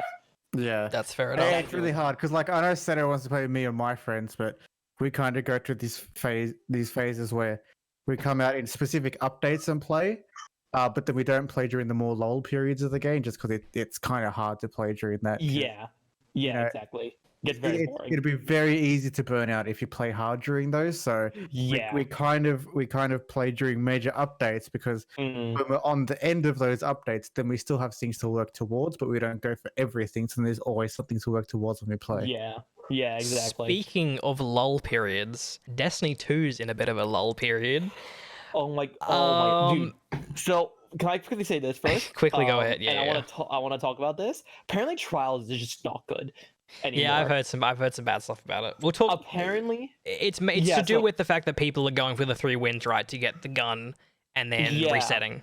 but it's also apparently like as the weeks gone on, more and more casual people have left because there's not as much incentive. And now it's for an even them. more sweaty And now just sweat sweatfest. fest. Now Yeah. apparently it's just literally like when you enter the area, it's like you're jumping into a pool. Like I read that on Reddit. Someone said like Yeah. when you go into Trials, it feels like you're jumping into the pool. The amount of sweat going through, like it's insane. It's absolutely Yeah. insane. So I don't know where the casuals are in PvP because I've been playing Iron Banner for some reason. So I played Iron Banner this week. I got the bow. I Yeah. got the armor set for my warlock, Mm-hmm. and I hate myself for it. I don't know. I don't know if the casuals have just like left like PvP in general and just gone to PvE or what. Because holy shit, every lobby I played of Iron Banner, I think I played 20 matches to get my armor and the bow, and then the emblem and the shader after that. Oh my god, it was so like every game. You look at the kill death ratios of everybody; they were all 1.2, 1.2, 1.2. Yeah. No one was. There was no variation in terms of people doing crazy good or crazy bad. Everyone was just middling, because obviously the skill based matchmaking is so severe in Iron Banner that every match I felt like I was playing in a fucking invitational. Like this game was for the $250,000 or whatever, because it was consistently sweaty. I was going up against 5 stacks, against 4 stacks, against 3 stacks, and it just wasn't fun. Didn't enjoy it. Yeah. But I was like, Yeah. you know what? I'm gonna do this to get my thoughts out there, to see how Iron Banner's changed, because I didn't play any of it last season. Didn't play a single Iron Banner match last season. And it's potentially in a worse spot than it was. Yeah. Where Well, it just, I've heard- I saw some people complaining on the subreddit, saying stuff like, "Why is it that when I go on my team, I have 4 potatoes, but the other team is just pro league?" You know what I mean? People have been saying stuff like that. It wasn't even like, for me, it wasn't even that. It was just that every game was so close, because it was always, I don't know if I was just playing at the wrong time or what, but it was always down to nail biting, down to them, and it wasn't fun. I just felt like I had to try so hard every match. I talked to you and Shadow and whatnot about this, like around after Shadowkeep came out. I said, there's never a middle point with Iron Banner. It's either that you have to mercy rule someone, or it's close all the way to And the that's end. There's totally. never And a there were moments where we would mercy rule the enemy team, but then we'd immediately get put into a match where it was bad. It was like down, like it was down to the wire by There's like a few never, like, seconds. There's never a point to where like you're 30 points above the other enemy team, and that's how you win. You know, it's always a mercy. And there's no rule, or it's comebacks. always There's never a extra point. comeback. There's never, no. It's always Because just the like thing about- perfectly even scores and just yeah. Yeah. Because the reason why I feel like Iron Banner works like that is because it is of the system where you capture all 3 flags and then you run the other team. Yeah. You know what I mean? Mhm. Because that's gonna mercy rule, or you're 2 competent teams and you're holding 2 flags and you're just rotating flags, Going pretty much. back and forth between B. Yeah. Yeah, that's pretty much all it is, and that's where it gets really frustrating. I'll speak specifically to the quest line to get the armor and the bow. I'm really sick of quest lines forcing me to use weapons I don't want to use. I will quickly say this. I agree heavily with that, but I also am sick of Crucible quest lines that make you that you're a detriment to your team. And that's exactly what this Iron Banner quest is, because it's like use a hand cannon, which hand cannons aren't in a great spot right now for the most part. Then it's like use an SMG, and it's like, well, I mean, I guess that means I'm using Recluse. And then it's like, okay, now use a fusion rifle. Yeah. Oh yeah. Like, there's so many good fusion rifles to choose from right now. Oh my god, great. The only real like good fusion rifle you can go with is Loaded Question or like Aaron Till, but like that's really it. There's I don't have a good Aaron Till. Till roll, and I just use the one because to give Bungie a little bit of credit with the Iron Banner quest, the reward you get for each previous step before you do the next one has the weapon that you need for that next step. That's so cool. say it's like That's you need cool. the fusion rifle kills. The previous gun you would have gotten was a fusion rifle, and the fusion That's rifle cool. roll I got wasn't terrible in PvP. So I was like, this isn't actually that bad. But going up against sweats who are using fucking Revoker and Hardlight, and then switching to their fucking LMG and constantly. Not the most fun experience. See, right now Destiny is not in a great state for the fact that the game is either bounty simulator or like use certain weapons in Crucible. I'm getting annoyed like, with bounties as well, dude. I'm so annoyed with just being like, go around each vendor, pick up 8 bounties of each, pick up 8 bounties of each. Yeah. It's like, just stop. Like, I'm it's funny because for the longest time, people wanted bounties back. People, because there weren't bounties, right? Like there wasn't. Yeah. They didn't exist. Yeah. But the problem is with like the thing with bounties and what made bounties like I'm gonna go to D1. What made bounties so good in D1 is that it was an optional way to get more rewards above the core activities. But the problem is now bounties are the core activities. There also wasn't a bounty for every vendor. Yeah, exactly. So like the big thing for me back in D1 and what I really enjoyed is that what you do is that you would go into trials. I'll talk about trials, okay? So you go into trials and then you would do trials and you had trials, you did have to get 9 wins, blah, blah, blah. It's good fun, right? But if you want to get more rewards above the rewards you already get, you grab the bounties, which give you a certain reward. And that's what it does. So it's like revive a certain amount of teammates, or get a certain amount of assist, or kill, like wipe a team, or go flawless, stuff like that. And you get rewards for those bounties. Yeah, I just feel like a lot of the activities are based around bounties. Like for instance, like each season, obviously last season we had the obelisk. This season we had the bunkers. They are based around bounties. Pick up all your bounties, get the tokens. Redeem the tokens to unlock upgrades for the bunkers, and that's the season. That's what you're doing. And the thing is, it's just not fun. You know what I mean? And I said this last week or the week before, and I said that this season model where it's $10 and you get this stuff, that's fine. Like it's fine. I think that anyone can find with that. But like the thing is, and this is what's screwing with so many people, is that it's the same shit you're doing. It's not anything new. It's not even like anything like. Even if it's just a little bit different, it could be something, you know what I mean? But you had Menagerie, you had Vex Offensive, you had Sundial, which had Obelisk, and now you have Obelisk 2.0. You know what I mean? Yeah. It's just Yeah. it's the same shit, and it gets really frustrating to do after a while because it's just not fun. I really hope It's the not. next season it's not another bunker or another obelisk. Yeah, but It guess probably what? It's will probably be. another horde mode. It's probably or a horde mode. Or both. Probably be another horde mode. Or both. Yeah, probably. Like I What- do you I want don't to- know. do you want It's funny? I You just feel want- defeated about it. I just feel defeated Yeah, with Destiny 2 Yeah. at the moment. yeah. It's just well, actually, I'll ask you because me and Jay talk about it a lot. Husband. So I will consider. I do call him husband. Jordan. Yeah. What is your opinion on Destiny 2 right now? So my opinion on Destiny 2, I liked launch period Shadowkeep. Launch period Shadowkeep was excellent. Yes. Yeah, As it's agreed. gone on, it's just felt like a job. Yeah, totally. That's very true. Totally. To keep up with anything, it's just a job. Because as you're saying before, they don't hit that loop that they used to with Destiny 1, where there was Yeah, these things you wanted to do for, you wanted to grind for, and then you could add bounties and other things on top of that to, maximize the efficiency of your time. Whereas, Totally. if you're not doing bounties now, you're kind of wasting your time. Yeah, exactly. It's a big waste. And even little things like how in year one of Destiny 1, bounties could get an exotic bounty for you. That was cool. It gave That you was another reason totally, to do yeah. bounties. That was Never got my one. favorite. Never got an exotic That bounty. was, bro. That was my favorite thing to do. When I was new to Destiny 1, and I could hurt you get exotic bounties for a week. That's all I did. I just did bounties so I could get an exotic because it was my first exotic as well. It was Bad Juju, my first exotic. Oh, could you get And Bad I Juju? Was Bad Juju from an exotic bounty? Yeah. Okay, yeah, so it was that an I exotic didn't know. bounty. I got an exotic bounty then, because Bad Juju was Yeah. my first exotic.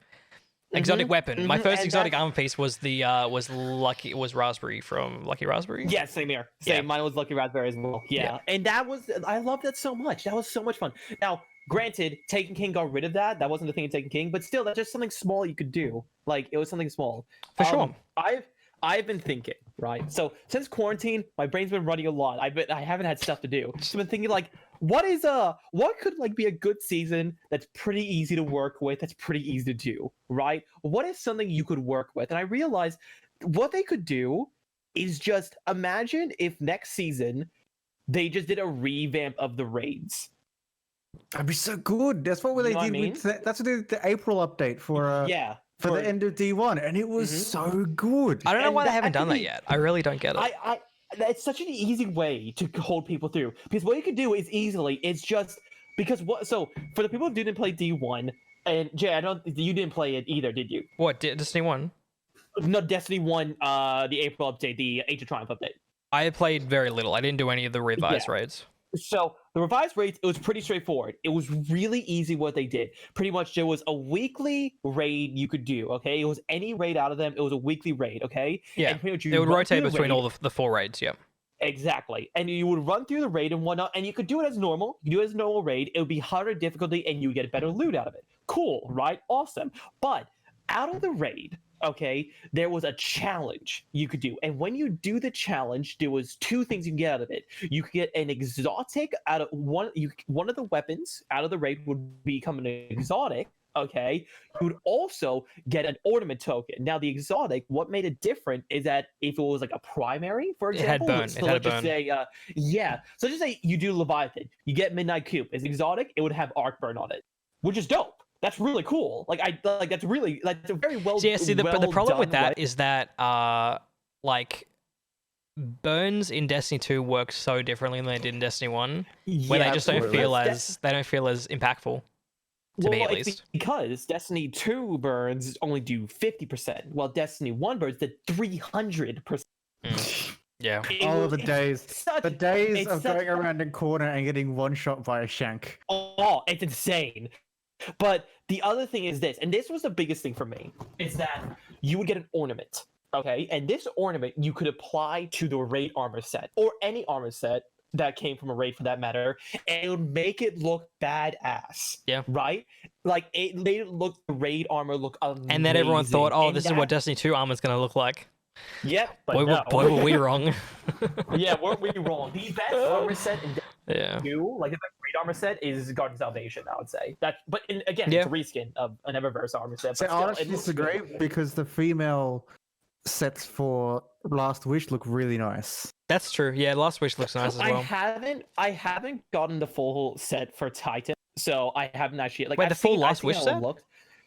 Well, I have, but I deleted it. You know what I mean? I mean, it's also useless now. I got yeah. the yeah. I got the helmet. I deleted it, and like that's the thing is like, I just feel like Destiny 2 right now is in a really bad slump. You know what I mean? It's like it's not in a good slump, and I don't know what it is. I don't because I understand because Bungie, as I said before, they lost Activision. Stuff Yeah, I and mean, blah, like blah, blah. the thing is, like the way some people are going about giving their feedback is totally the wrong way. Like on the subreddit. 100%. Yeah, it's really Because like bad. we Very understand bad. why it's like this because Bungie lost half their staff with the other two studios that they were working on Destiny. They have to they launched Destiny 2 as a free to play game.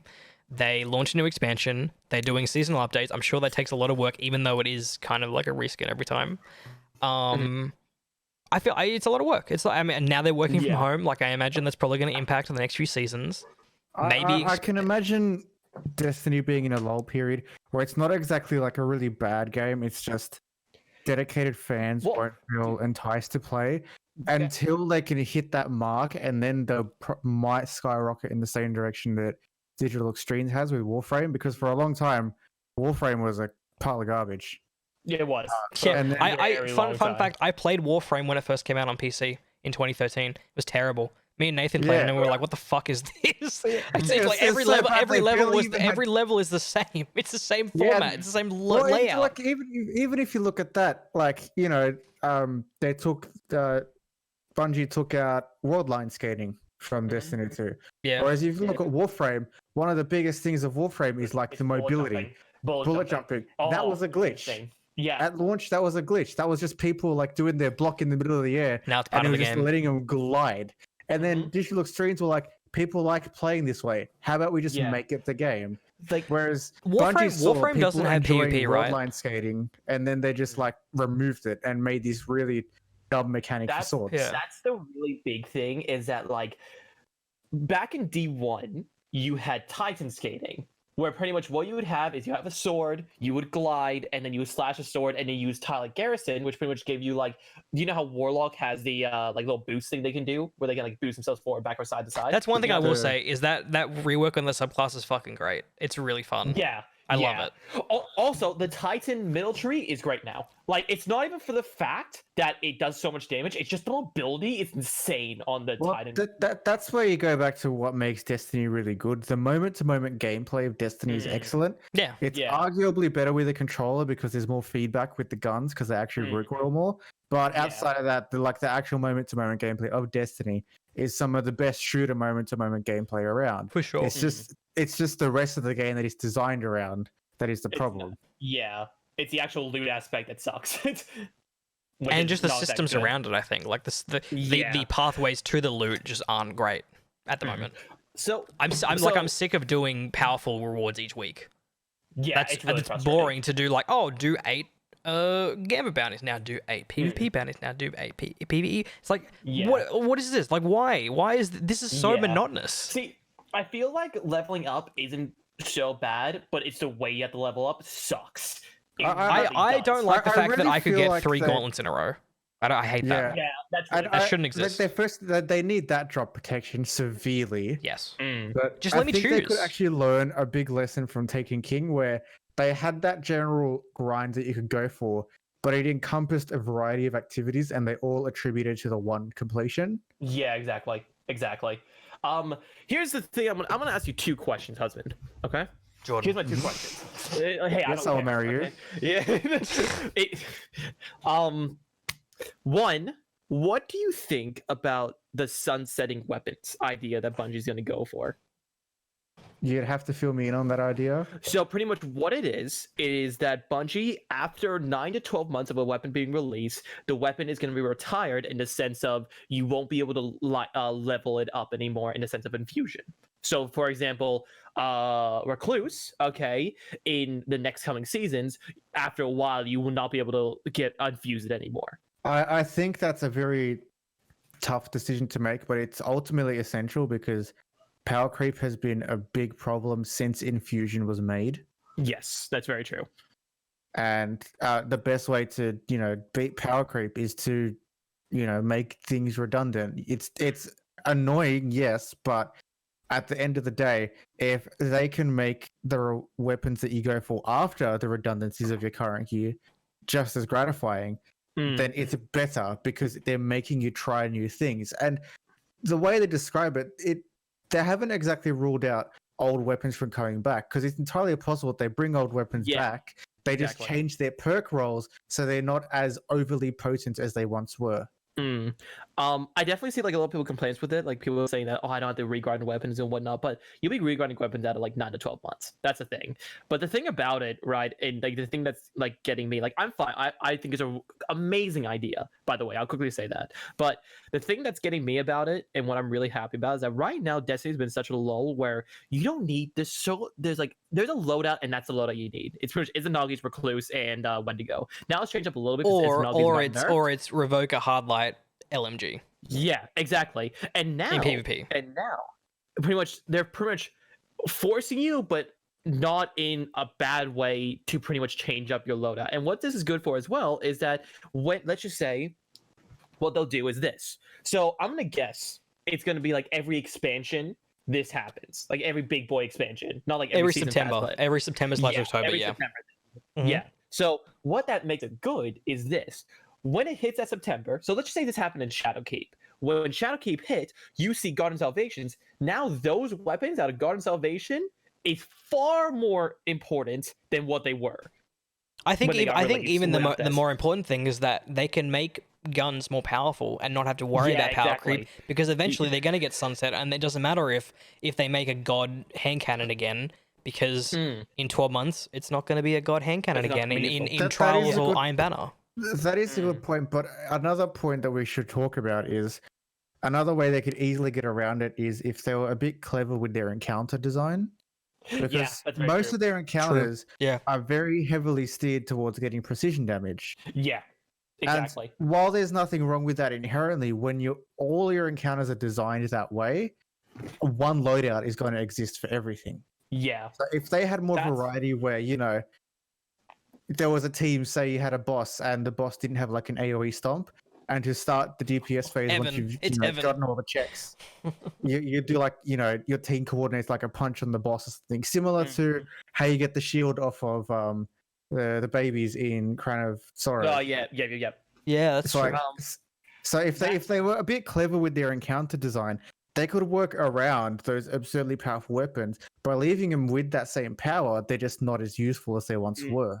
That is why I still think King's Fall is the best raid in Destiny history. So good. Because the biggest reason is that it has the most unique final boss in the entire Destiny history. Because the final boss doesn't rely on you hurting the boss.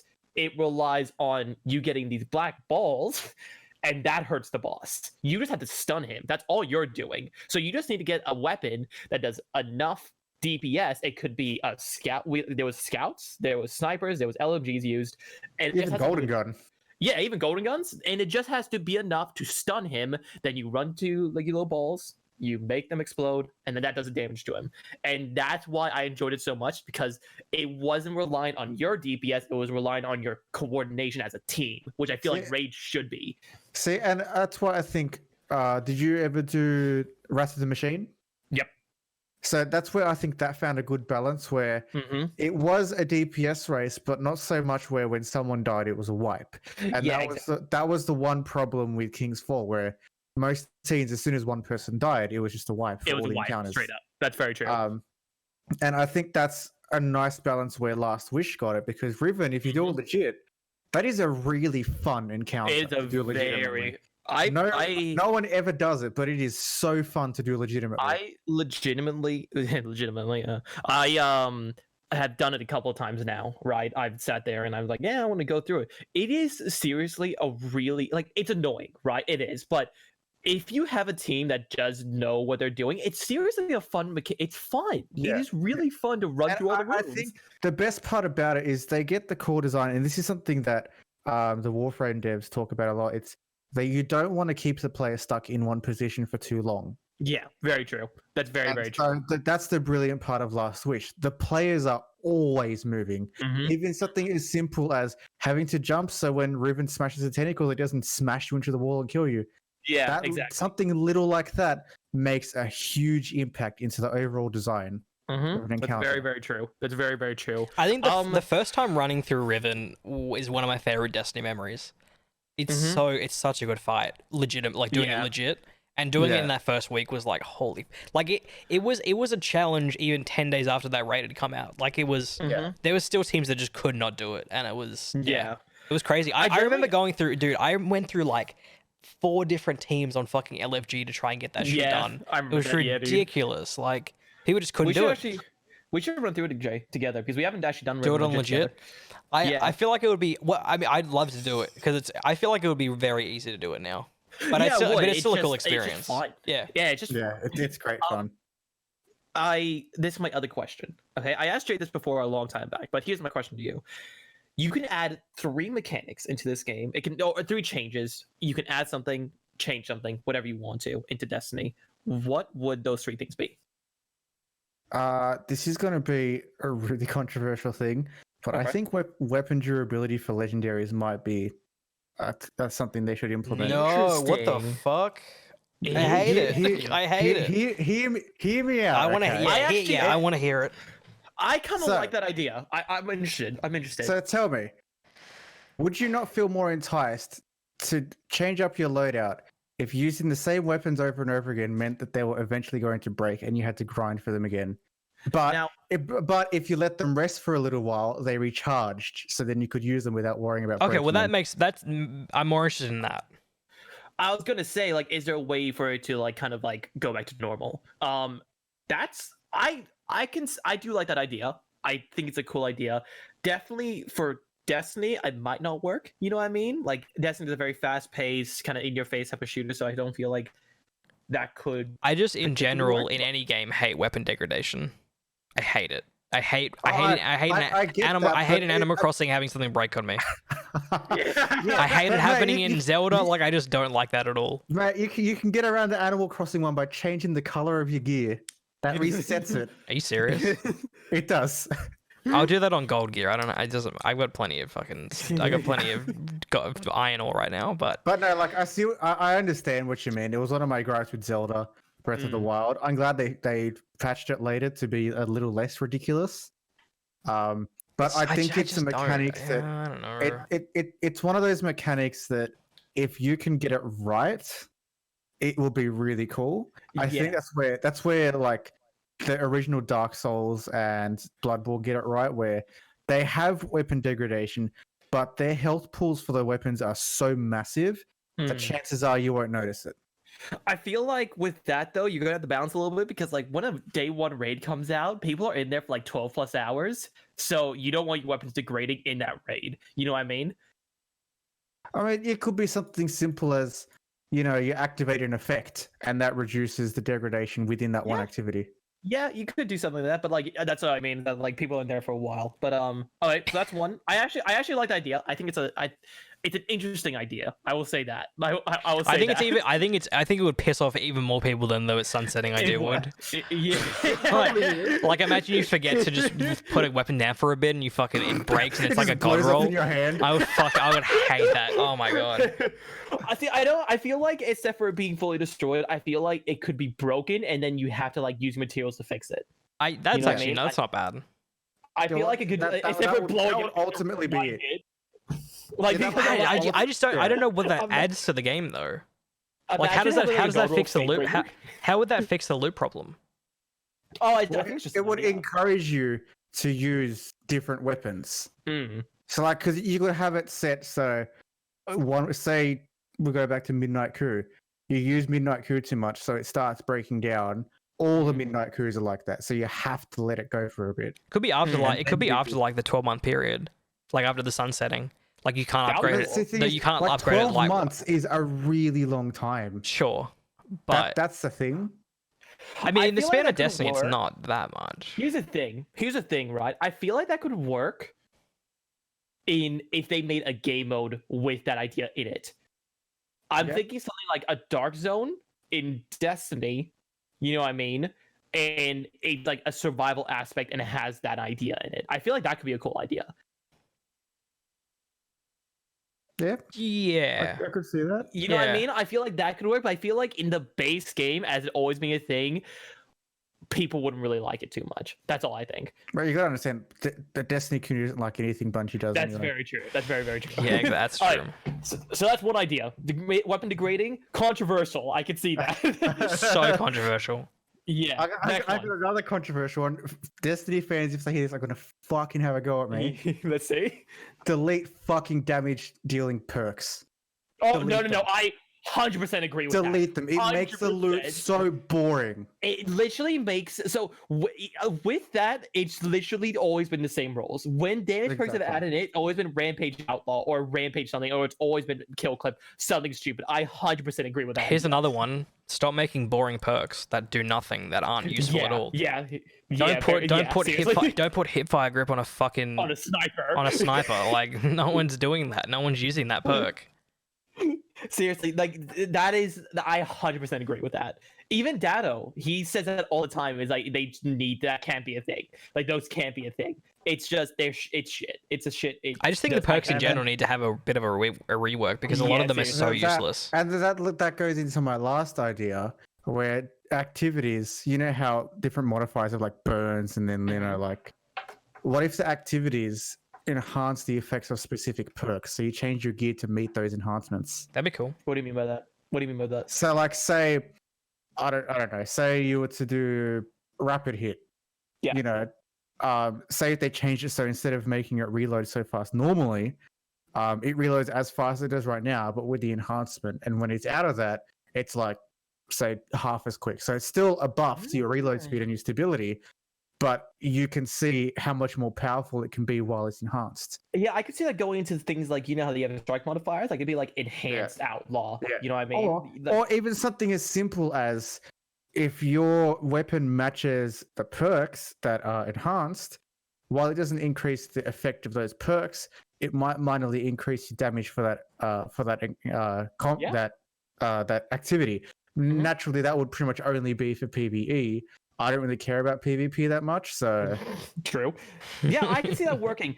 Like one of my things is that I just really feel like they need to buff modifiers and add modifiers back, like to some good Definitely. modifiers back in, because like the biggest thing that I really don't like about Destiny, well, not the biggest thing, it's like one of the things that I've always had a gripe with, I kind of forgotten about, is the fact that singes are only 50%, while back in the day it was 300%. I really feel like the fact it was 300% made it so much more fun, because you could get destroyed, but you could also destroy everything else. You know what I mean? yeah.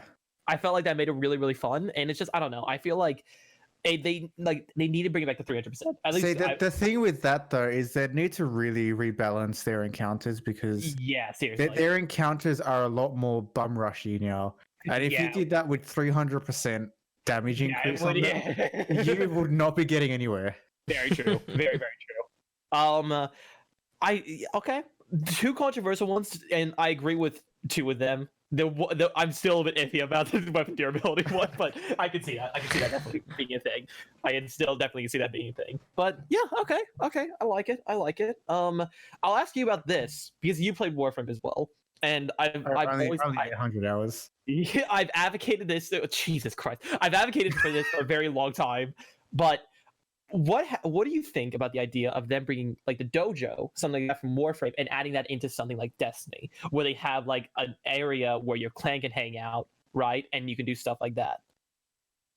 I quite like the idea, but part of what makes the dojo so useful is it's entirely built around the entire crafting mechanic of Warframe. Yeah, exactly. And that would be something that they could bring into Destiny, where you craft your gear so it feels a little bit more special.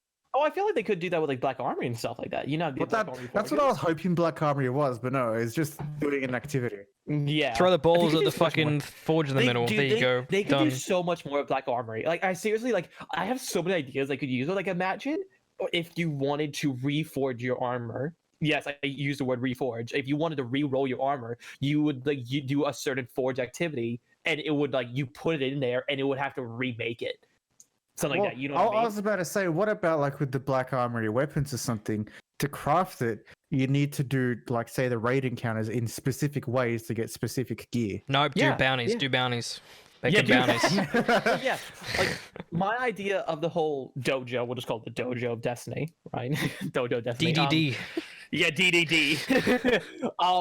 Pretty much you would have the area and you can have like a whole forge area, but I felt like your clan also has like their own quarters inside, and then you can go in and then customize that whole area. You can put like your armor set there, you can have like little achievements and whatnot there and stuff like that. And I feel like that you could be basically just want to make it the private quarters from Monster Hunter. Yep. yes. Yeah, pretty much. Yeah, pretty much. Yeah, I forgot that was even a thing, but Just yeah, do that. pretty Just much. do that. Yeah, I feel like that could be cool. Like I feel like Yeah. that could be really cool. I don't I know. think you're right there because Destiny doesn't let you show off your achievements as much as it should. Yeah, I really feel Make like a it should. museum. Make it like Animal Crossing. Let me put Yeah, it. Let me make put it a. like Let me Animal put a Crossing. Vex in a cage. That's it. We're gonna go fight Riven, and I'm gonna bring the fucking bug net. Oh, dude, gonna yeah, you just- catch Riven and take him to the museum. Oh, fuck yeah! Oh, that's the Imagine- perfect game. dude, We made it.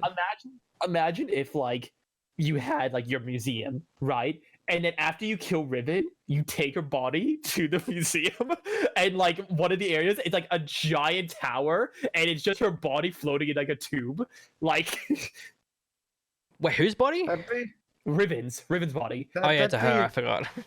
That'd be interesting. It'd be interesting, just her giant body floating in the tube. But yeah, I, I just feel want like her. that's No, I amazing. want her in the tower. Like I want to just dump her in a cage Yeah. on top of the tower. You just teleport her body onto the tower. Yeah, just exactly. crushing the Transmat it in. Yeah, dude. No, you transfer it to the broken one, and like when you see it, it's just their body hanging over it. Like, You just literally you don't even kill her. You just catch her and drop her at the tower and just go Yeah. to John Smith. she's just running. So through how the about the city. Leviathan's breath, huh? Why is it so shit? All right. Now talking about Destiny, which is like in its okay state right now. I want to go into a game. It's in a which is far in a worse shit state. It's in a shit state. Hold on. I don't think it's shit. I think it's just unpolished and rushed. I don't think it's a shit game. I think there's definitely been We're there's not bad. We're just disappointed. effort has been Yes. put into this video game, right? True, but I don't think it's a good game. It's not good. No. We are talking about Predator what? Hunting grounds. Predator I thought it was hunting grounds. Battlegrounds. I thought it was Battlegrounds. Predator hunting grounds. God, that game is bad. Yeah, so to explain the game to people at home who don't know what it is. So have you played it? I'll quickly ask you, husband. Have you played it? No, I have not. Okay. It's pretty much Friday the 13th with Predator. It's pretty much the base of it. However, I did know it was an asymmetrical multiplayer game. It's also and by the those same never end studio. well. It's by the Yes. same studio I as Friday think the the 13th. only one that has ended well is Dead by Daylight, and that took forever. yeah, true. That's a good point. That's a good one. So pretty much how the game works is that you pretty much basically get into a match. There's 4 survivors and there's 1 predator, right? The survivors have certain tasks they can do, which can range from certain things. So Kill it's pretty a much drug like- lord, fucking destroy a Yeah. computer, burn the drugs. Yeah. That kind yeah, of stuff. pretty much. It's pretty much like that, right? And what you have to do is it's pretty much like the first Predator movie. So like you don't know the Predator's there. You're running through, you're doing these tasks and whatnot, and the Predator's trying to kill you while you're doing it.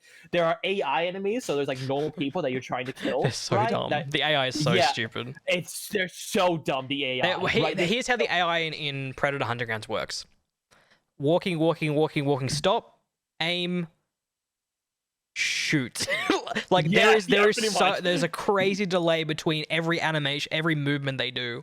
And I don't know if it's that might be on insane. purpose So what because you're they don't. saying is the AI is as slow and stupid as like old school Splinter Cell AI, where like Yes. you're Yeah, no, completely visible, It's dumber than that. Yes, Wow. dude, when we were playing, I got so bored at the end. I was running with a knife, and they still didn't even hurt me. Like I would run and stab them, and they Also, didn't their care. footsteps are so fucking loud. Yeah, it's like- It sounds like they have it sounds like you're metal playing with boots Mr. on. X. Yeah, Yeah, It's no, like it's Mr. like X, Mr. but X, but yeah, multiplied. yeah, by like Yeah. 10 to 15 people running at you. Now, I will say this: they had class customization, right? Yeah. And it was pretty cool. It was pretty cool. Like get the shotgun, you put could the get a shotgun on. minigun.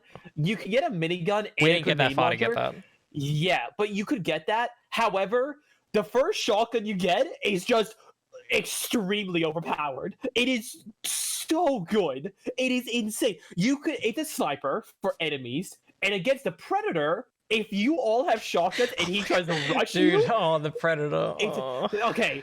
So now we're gonna get into the real meat and bones of the Well, game. hold on. I want to say that the Spas 12, the shotgun, I'm pretty sure they just took the model and damage from the Modern Warfare 2 Spas 12 and literally just put it into the game because Yes, it I acts could see almost identically. Like I think Yes. I legitimately think they just took that gun and could see plopped that. it in the game because could see it that. Also, feels by the exactly like way, that. By the way, this game has loot boxes. You can't buy them. You earn them Well, throughout play. in the beta, you can't buy probably, them. You can, yeah, but you can earn you earn tokens and you can buy them with tokens and whatnot. It's okay. They're loot boxes at the end of the day. They're pretty shit. They're also comes just to they're the also actual using game. like the thing is like you can customize your soldier, but you only see your soldier in like the opening cutscene, and then you're in first person. Yeah. So Yeah, exactly. it's a bit weird. Now comes to the actual game. So it's called Predator Hunting Grounds. It really should be called Hunting the Predator because that's pretty much what you're doing. Yeah, like The Predator is so shit. Yeah. Okay, so first off, Predator, you have your invisibility, you have your thermal, and then you have certain abilities that you can put on. There's like spears you can get, there's like nets you can get. We didn't get too many of them. We got the net he has, gun. like, a- That's cool. Yeah, we there's shoot like a nets on shoulder- people. Yeah. There's like a shoulder cannon you can get, and you also have like a melee you can do. There's a thing called Predcore, which it's parkour. First off, That's called the Predcore. the name sounds shit, but the parkour is also not the best, right?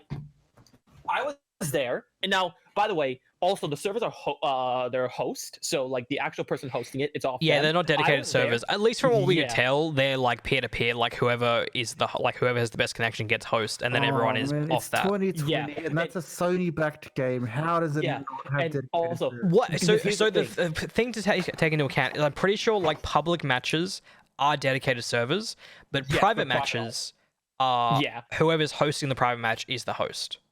Mhm. Which led to situations where I was at 4 ping and people I who was at are close to me in Brisbane are at like 40 ping, and then Seto's at 350 ping or whatever the fuck. Yeah, exactly. In all fairness for Seto, though, even if he was host, he'd still be at 350p. True, yeah, shit internet. Yeah, true. But the thing, so back to Predcore, right? The amazing Predcore. So Honestly, it just sounds like a Okay, really no, shitty I genre mean, of to be music. fair, like parkour in Predator is literally press space and the Predator does it Yeah. for you.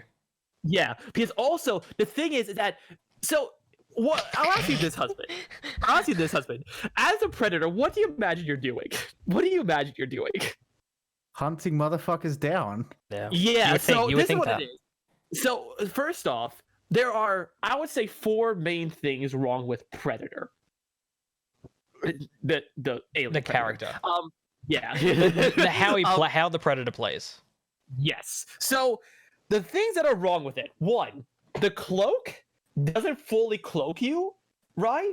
You could still, even if you're standing still and doing nothing, your shit's still moving and whatnot. To be fair, that So is the how it peop- works in the movie. It's just in a gameplay environment, it is so easy to spot the Predator in trees because it is Yeah, literally because- just a silhouette. It is a partially invisible silhouette walking across Yeah. the tree line, and you're like, okay, Yeah. he's there, and we're shooting him, and he's dead. Yep. The second thing is the parkour of the Predator is so finicky. It really is really finicky, right? A good example of that Third- is if you get to the edge of a branch, like too close yeah. to the edge, it'll automatically fling you across to the next branch without you. Yep, You yep. feel totally out of control when you're predcoring in the game. Yeah. But use It those makes- and exact it's so terms. frustrating because parkour has been done right Yeah. since, I guess you could say, as early as Mirror's Edge, but really Yeah. it was really done right with the first Titanfall. And Dying exactly. Light as well. Yeah, and Did it well, Dying Light, yeah. yeah. Yeah. Yeah, it's not done well here at all. It's literally a button press and then move WAS and D, and it does it for you basically. Like you're not Yeah. when you're jumping from branch to branch, it's automatically jumping. You just press W, walk across the branch. When it gets to the edge of the branch, you automatically leap to the next one. So there's no control of where you're moving at all, except for moving forward, backward, and that's it.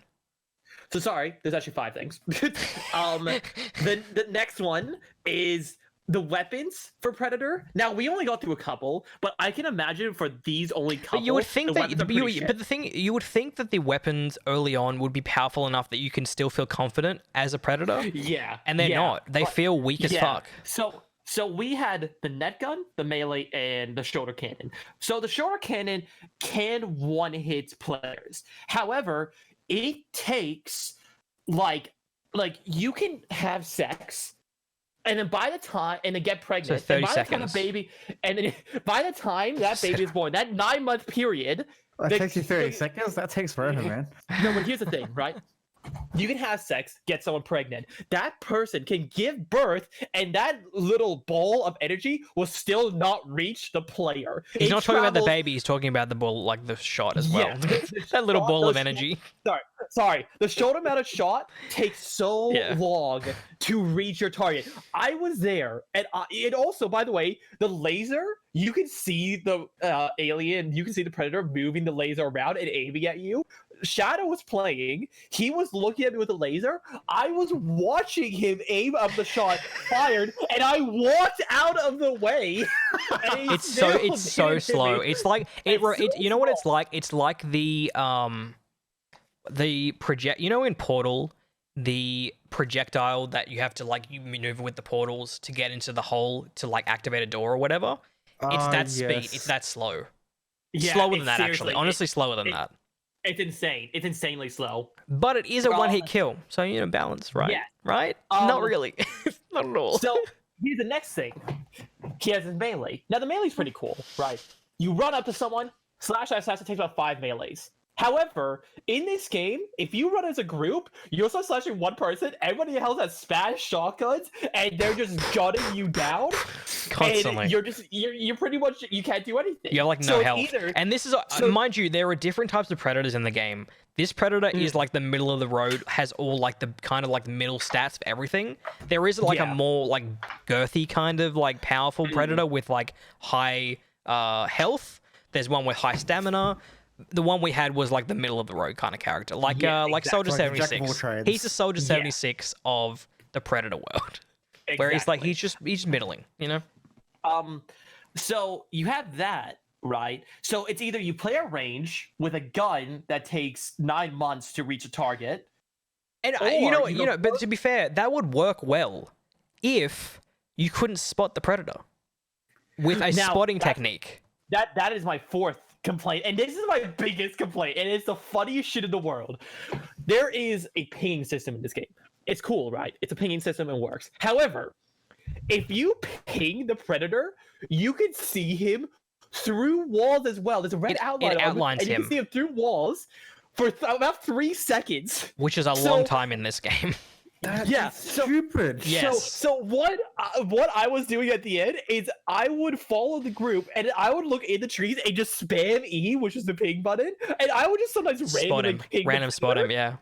and then you can just shoot him. So we were playing, and this is the biggest one. Luca was there, okay, one of our friends, and he is there, and he's running around as a predator, and we would spot him Every and then time. He would have to run, and then we would shoot him from a distance, and then he couldn't even get close to us because he would always sit there and get spotted immediately, and they couldn't. He do would have to shit. run away, and even when he's running away, like we're tracking We him can with see our him. cursors, and we're Yeah, shooting him yeah. and taking down damage, taking down health Because from the- him, and he Because can't do the thing anything.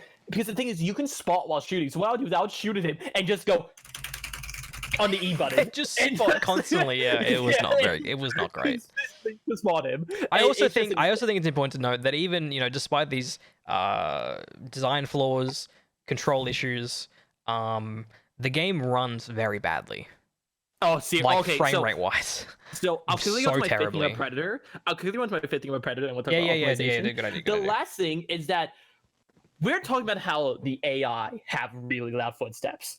The Predator, imagine if you have Mr. X carrying a Mr. X on top of like a giant machine, like slamming the floor. That's what the Predator sounds like. It's so insane. easy to sound whore the predator. Yeah, it's so easy because like we were there and we're playing, and then you hear him hit the floor, then you hear him run, and I'm sorry, you're like, wow, that's really cool. Like, I you was can, gonna say, yeah, hear- like at the beginning, we're like, oh wow, the sound design's great. How you can hear the predator from so far, like he's like you can hear him going along the trees. But then towards like the end of our session, it was like, okay, I can We know pinpoint where him by exactly where his he is. sound. He's so loud. Yeah. He is so Yeah. loud. It is insane. But But yeah, the optimization shit as well. So yeah, the way it works is, so there's obviously you got your regular graphic settings. You've got, you know, like I think epic settings is the top, then high, and then so on and so forth.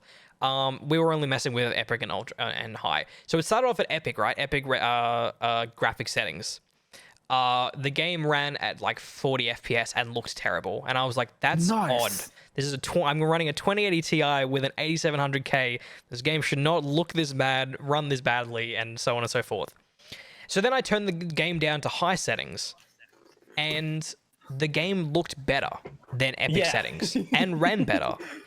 And I was like, that's odd. I'm like, oh, it's most of the time it's 60 FPS. Except sometimes when you're trying to like, when it's giving you a task like, oh, hey, burn the drug bin or whatever. Burn 3 drug barrels around here. So you burn them and the fire effects drop the frame rate significantly. And so this really did feel like a beta, except the problem is the game comes out in a month and there's no fucking way that these are going to be fixed by then. I will be shocked if they manage to fix this game in a month's time. Also, our friend Nathan found out something. If you go medium settings or lower, okay, the shadow quality, the shadows. No, it's not even the shadows. There's no lighting effects below medium. Really? There is no God rays, lighting effects. The lighting engine turns off when you hit medium settings. It's just global illumination. It's just dark. It's dark. It's darkness. Like you're okay. It's like it's nearly nighttime. Or like dusk, and then when you put it to high settings, it's now midday again.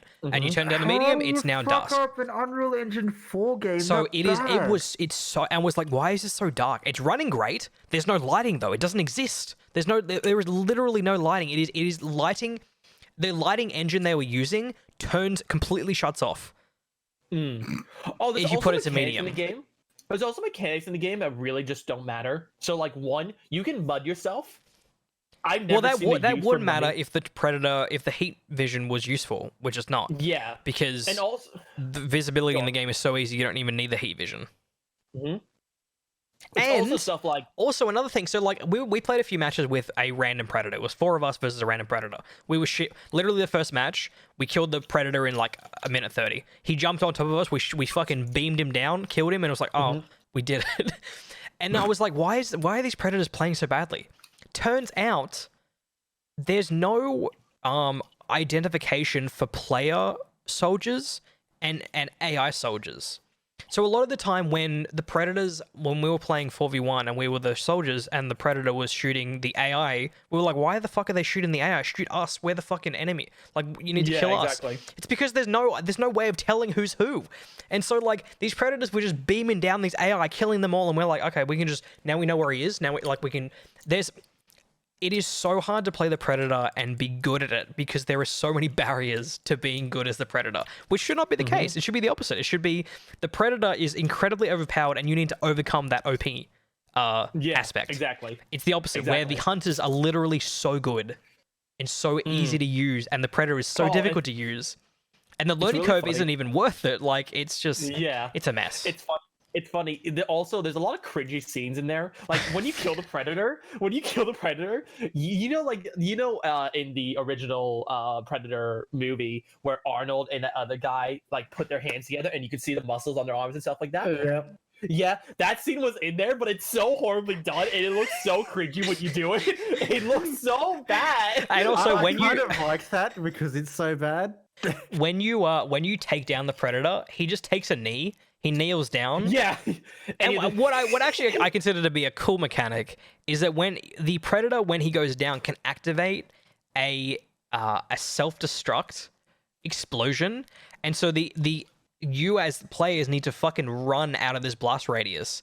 The problem is it's fucking easy as shit every time. You will never get hit by that blast radius or that nuke that basically goes off unless you are not paying attention at all. Also, by the way, it is a bloody nuke. There's a giant... Yeah, and then the cutscene plays, and it's just a giant crater. It's like a fucking giant meteor hit the Earth. Like, it's crazy. Yeah, it's insane. Like, it's such a dumb game. I'm pretty sure that is from the Predator movies. I'm pretty sure. That's bit... Like, I feel like in terms of the sound design, I think the sound design is actually too good because you can hear the Predator from a million miles away and you know exactly where he is all the time. And I think the Predator model is cool. I think... like when you're as the Predator and you go invisible, like that looks really, really accurate to the movies, and the heat vision looks accurate. Like they've put so much detail into that stuff.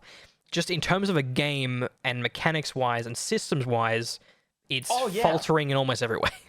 Yeah. Also, the UI is not good either. UI is not great either. There, you had to. So, you know how in like Rainbow Six Siege you can choose where you spawn. Yes. Husband? Yeah, that's not out there. Yeah. No, I know what you mean. Yeah, you know how you can choose where you spawn in Rainbow Six Siege.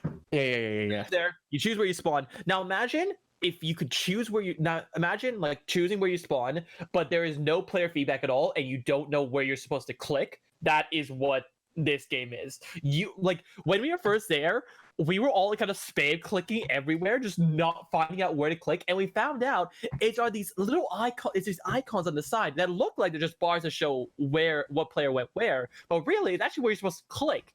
And it doesn't have any player feedback at all. It's really shit. It feels so weird. And when we were first spawning in, it's like, okay, how do we choose our location? And it turns out we'd all chosen different locations. We had no idea. Just man, it's just not in a good spot. It needs at least like 6 more months of development time to be where it needs to be, and it's coming out in literally a month's time. I don't even know why. Like, I saw a post on the subreddit where they were like, why did they make this an open beta? Like, it literally, no one is going to buy this game now because of how bad it is. Like, it's just it's shown people how bad it is and how unpolished it is, because the trailers and the gameplay looked great when developers were playing it and trying to make it look good, you know. In a live test environment, it just doesn't look great at all, and it doesn't play well at all, and it's just half-baked in almost every respect, except for when it comes to like all the aspects around the taking the movie elements and putting them into the game. I think are really good, but it's very well done. But apart from that, it's just kind of there. It's going to come out to very middling reviews, I'm sure, unless they somehow turn this around in an incredible way. But, and that's just like a giant bait where like they made this purposely shit, so when the game comes out, and the game's like okay, so when the game comes out, it looks like a god it's like review. It's releasing for $40 Australian, and it's just not even close to worth that. I don't think it's worth that at all. It's like it's gonna be on sale for 95% off like 2 weeks after it comes out. Plus, it's gonna be like Anthem. Yeah, honestly, like it'll be like that in Fallout 76. Like it felt like that level of like just unpolished mess. Yeah. It just didn't feel good at all. Anthem felt more polished. Honestly, yeah, seriously. Wow, that's I had a better time playing Anthem than I did playing the 2 and a bit hours I played of Predator. It was more fun, yeah. Yeah, and I think Friday the 13th is a better game as well. Because I played the beta for that, and that was glitchy and buggy, but it was fun. And Jason was correctly OP, and it was a real challenge for you to kill him. You know what? I can even say this: I enjoyed GTFO more than I enjoyed that game. Oh yeah, GTFO is a far better game than Predator Hunting Grounds. At least it's polished. At least GTFO is polished. Yeah, GTFO just wasn't a fun game to play at all, but at least it had polish and it was spotless in terms of bugs. Yeah, exactly. But yeah, that's Predator Hunting Grounds. Yeah. Don't look out for that one. Just play Doom and Animal Crossing and Half-Life. You heard instead. it here, guys. Jay is a game of the year. 10 out of 10. Yeah. For sure. Anyways, we just finished what we're playing. Holy fuck. It's been 2.5 hours. Yeah, honestly. Holy fucking lord. Shit. Well, this is going to be the longest podcast we've done. We're going. I'm you editing this one. Oh, it's fine. I'll just stay up all night editing it. That's okay. So what we usually do is we do, before we did what we're playing, we do next gen watch. I flipped it around because we want to talk about Resident Evil 3, but there is the big mistake. There's the tiniest bit of next gen news. So let's just go through it. Let's just go over it. We'll get through this stuff real quick, okay? We'll cap it off real quick. Let's hope so. Yeah, hopefully. So this is COVID-19's impact on the Xbox Series X. This comes from Eddie. I couldn't pronounce his last name, so I just put Eddie. Good old Eddie, dude. Eddie at GameSpot, dude. He knows what he's talking about. So I cut the intro bit. So it's just echoing Xbox boss Phil Spencer's previous statements. Matt Booty said the health and safety of its development teams is Microsoft's top priority currently. Additionally, the types of challenges that Microsoft's development teams are facing are also impacting other developers around the world, he said. Quote, "We know that gaming connects people during times of social distancing, and we are committed to delivering the highest quality Xbox Game Studios games for our global community of players. At the same time, the health and safety of our XGS development teams is our top priority. Each studio, let me say that again, each studio is facing unique challenges and constraints depending on its particular location, and many of our external development partners around the world are similarly affected. We are supporting our studio leaders to make the right decisions for their teams and their individual games during this challenging time." The statement comes in the wake of Halo Infinite developer 343 Industries acknowledging that the coronavirus situation may get worse before it gets better. Quote, "We're removing all the obstacles in our path and tracking well, but need to be mindful of our current limitations and understand that the coronavirus situation may get worse before it gets better," 343 said in a blog post. "Rest assured that every single one of us is doing everything in our power to continue developing and delivering quality Halo experiences while we adjust to this new way of life." A spokesperson for Microsoft tells GameSpot that Microsoft has never announced a release date for Halo Infinite, so there is no change to report on for the game's launch timing. It remains on schedule to release in holiday 2020, the company reconfirmed. Yep. Scary Makes stuff, sense. honestly, because, like, I'm just trying to think this through, right? So if Halo Infinite is delayed to 2021, do they release the Xbox Series X, or do they wait? You know, because like it depends if they've got other games coming out like That's what I was Hellblade gonna and stuff say. like Yeah. that. I don't think they do. Like, I think Halo Infinite is that game. Is the game that is going to make people want to get a Series X. What I do want to point out is they said they're doing everything in their power to continue developing and delivering quality Halo experiences. At the beginning of this month, they brought out Combat Evolved Anniversary on PC, and it is a mess. Is it? Wait, really? It is a I mess. played the test for that game before it came out, like 2 weeks before the flighting for it, and it was better than my experience with it was better than Halo fucking Reach. Yeah, in terms of frame rate, in terms of frame pacing. So their interpolation in cutscenes is fucking weird. Oh, So, like, interesting. Set animations are rendered at 30, whereas camera movement and particle effects are rendered at 60. So you have two frame rates competing If I with remember each other. correctly, that was how That was a Gearbox issue. yeah. That was the Gearbox That issue. carried over with the Xbox One version of Combat Evolved as well, where it does the same thing because Gearbox Yeah, and then they fixed it. did they? I didn't know they fixed it on the and Xbox One version. They did, and they did fix it because in the lead up to all the stuff coming out on PC, I played it on my Xbox, Interesting. and it was pretty good. Yeah. And so they've made a lot of weird mistakes. Mm-hmm. But the strangest part about it is all the mistakes that they made with the PC release translated to the console as well.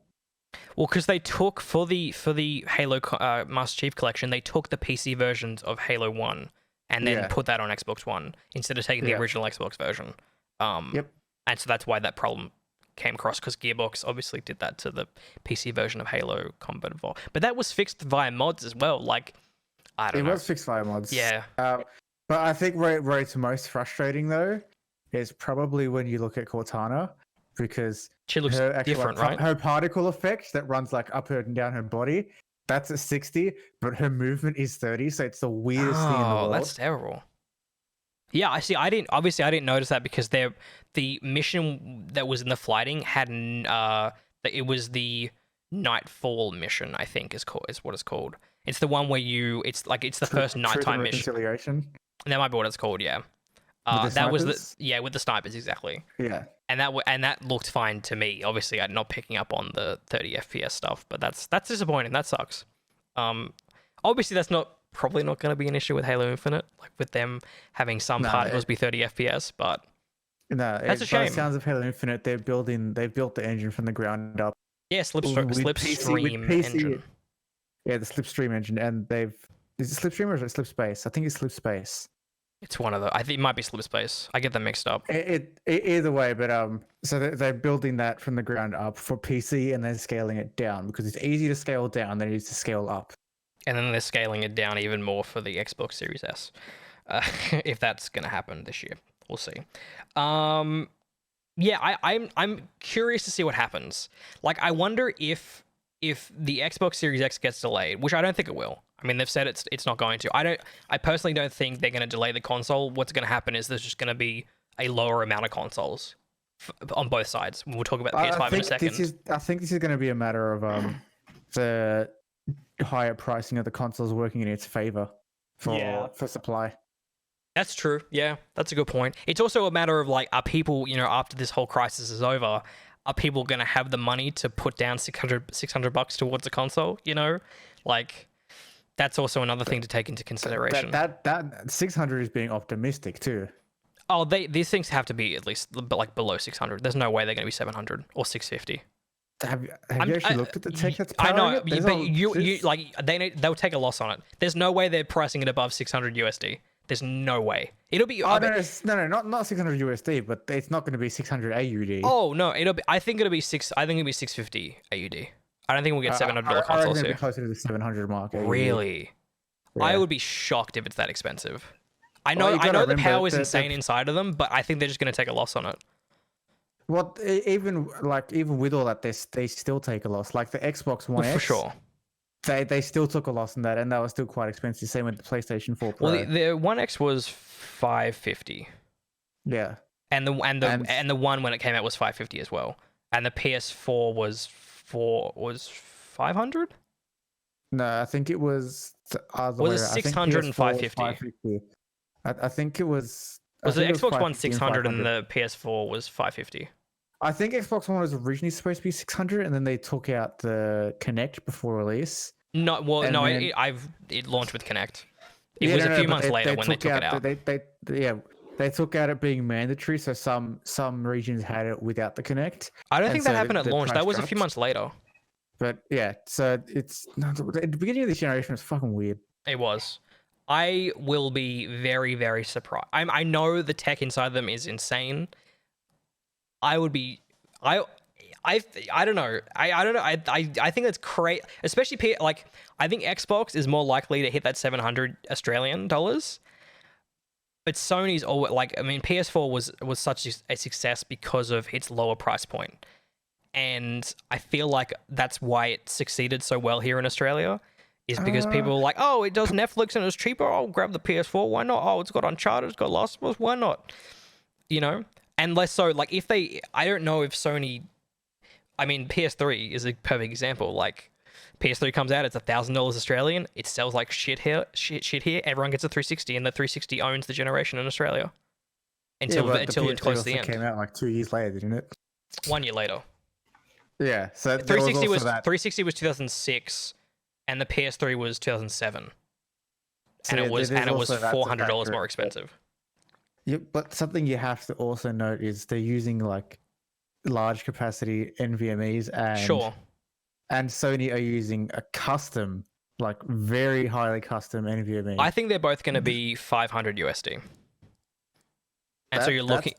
That's optimistic. I know, but I think if you go above 500, you're insane. Especially Microsoft. I think they want to come in most powerful, and they want to be cheaper. And that's, yeah, I don't know. We'll see. I can see Microsoft being the cheaper one for sure. I reckon Sony might be victims of their own hubris, as they were between PS2 and PS3. I think they would be nuts to release if it's 600 USD. If they have to say $599 US again, like they do with the PS3, like, oh my god, I couldn't even imagine the Twitch chat, what they would be saying if that happens. There's just no way. See, I just want it to happen so I can just have a good laugh. It'll be really funny. Yeah, I don't know. Anyway, so this is an article about this. So it's funny, these both came out the same week talking about COVID-19 impacts on PlayStation and Xbox. So the PS5 is apparently on track to battle Xbox Series X despite the coronavirus. This comes from Matt Evans at T3.com. Both PS5 and Xbox Series X look incredible with solid state drives, next generation 8K graphics. Bullshit. With ray tracing, not going to happen. With 8K. No, No, they'll they've do already ray tracing. confirmed ray It's tracing. not going to and be 8K. No, 8K. No, I think he's worded it incorrectly. It can technically push 8K, but nothing will be. Oh rendered yeah, in no. 8K. It's like with 4K on PS4 Pro. What runs it at 4K? Not much. It's all most of it Netflix. is Netflix. And even then, you can't use 4K Blu-rays on PS4 Pro. Incredible 3D audio and virtually no load times. Next generation of consoles is going to be unlike anything we've seen before. However, coronavirus has put a spanner in the works of many a tech launch. As companies cancel launch events and safety procedures disrupt supply lines. We've already seen reports the iPhone 12 could suffer a delay, having reportedly been pushed back to 2021.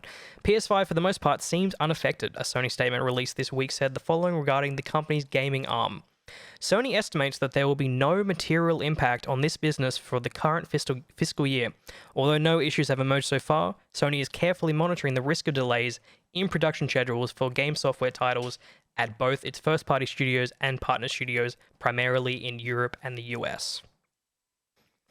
I feel like Microsoft and Sony may be a little bit optimistic obviously they know more about how the supply is going, but with everything that's going with the coronavirus, I don't think it's going to get better anytime soon. And you have to imagine when do they start production on these things? June, July? Well, you got to understand, from what I understand, China is already beginning to bounce back because they went into lockdown super duper hard. So yeah, even for though sure. if it happened later in the year, absolutely these consoles would have been delayed. But we were kind of fortunate enough where it was early enough in the year where the supply chain wasn't too important in that regard. Yeah, totally. I think the most important part will be the Western side of it where, all the developers are. And they say it's all fine, but all it takes is for one bug to go into a game, and bug fixing when everyone's at home, it will be a fucking nightmare.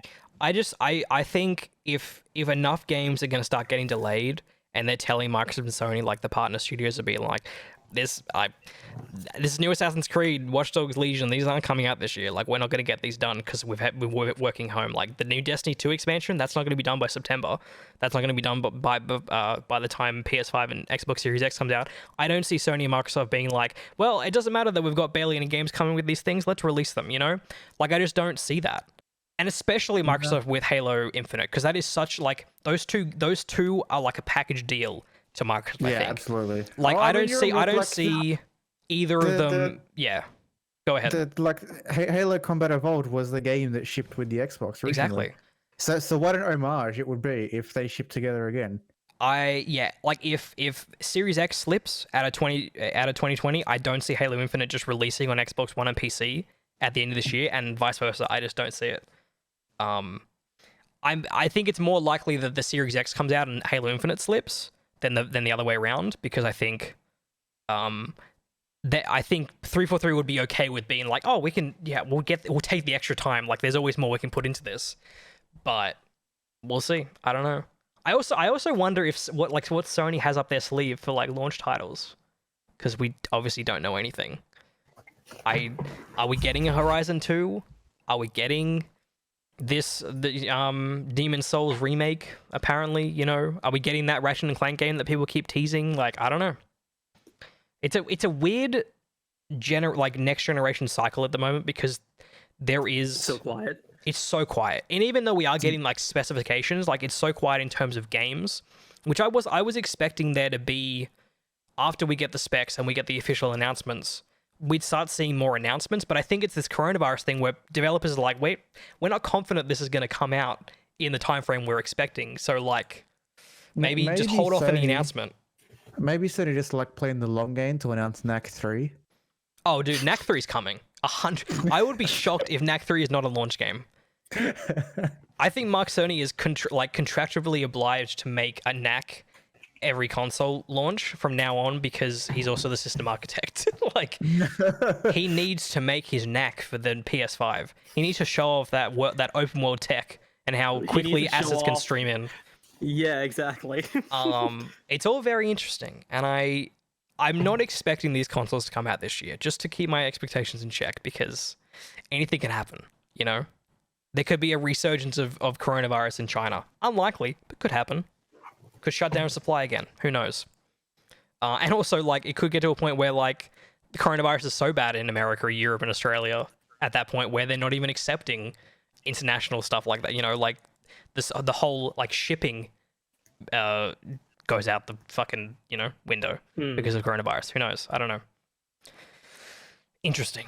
I think it's more likely we'll see game delays, though. Game delays.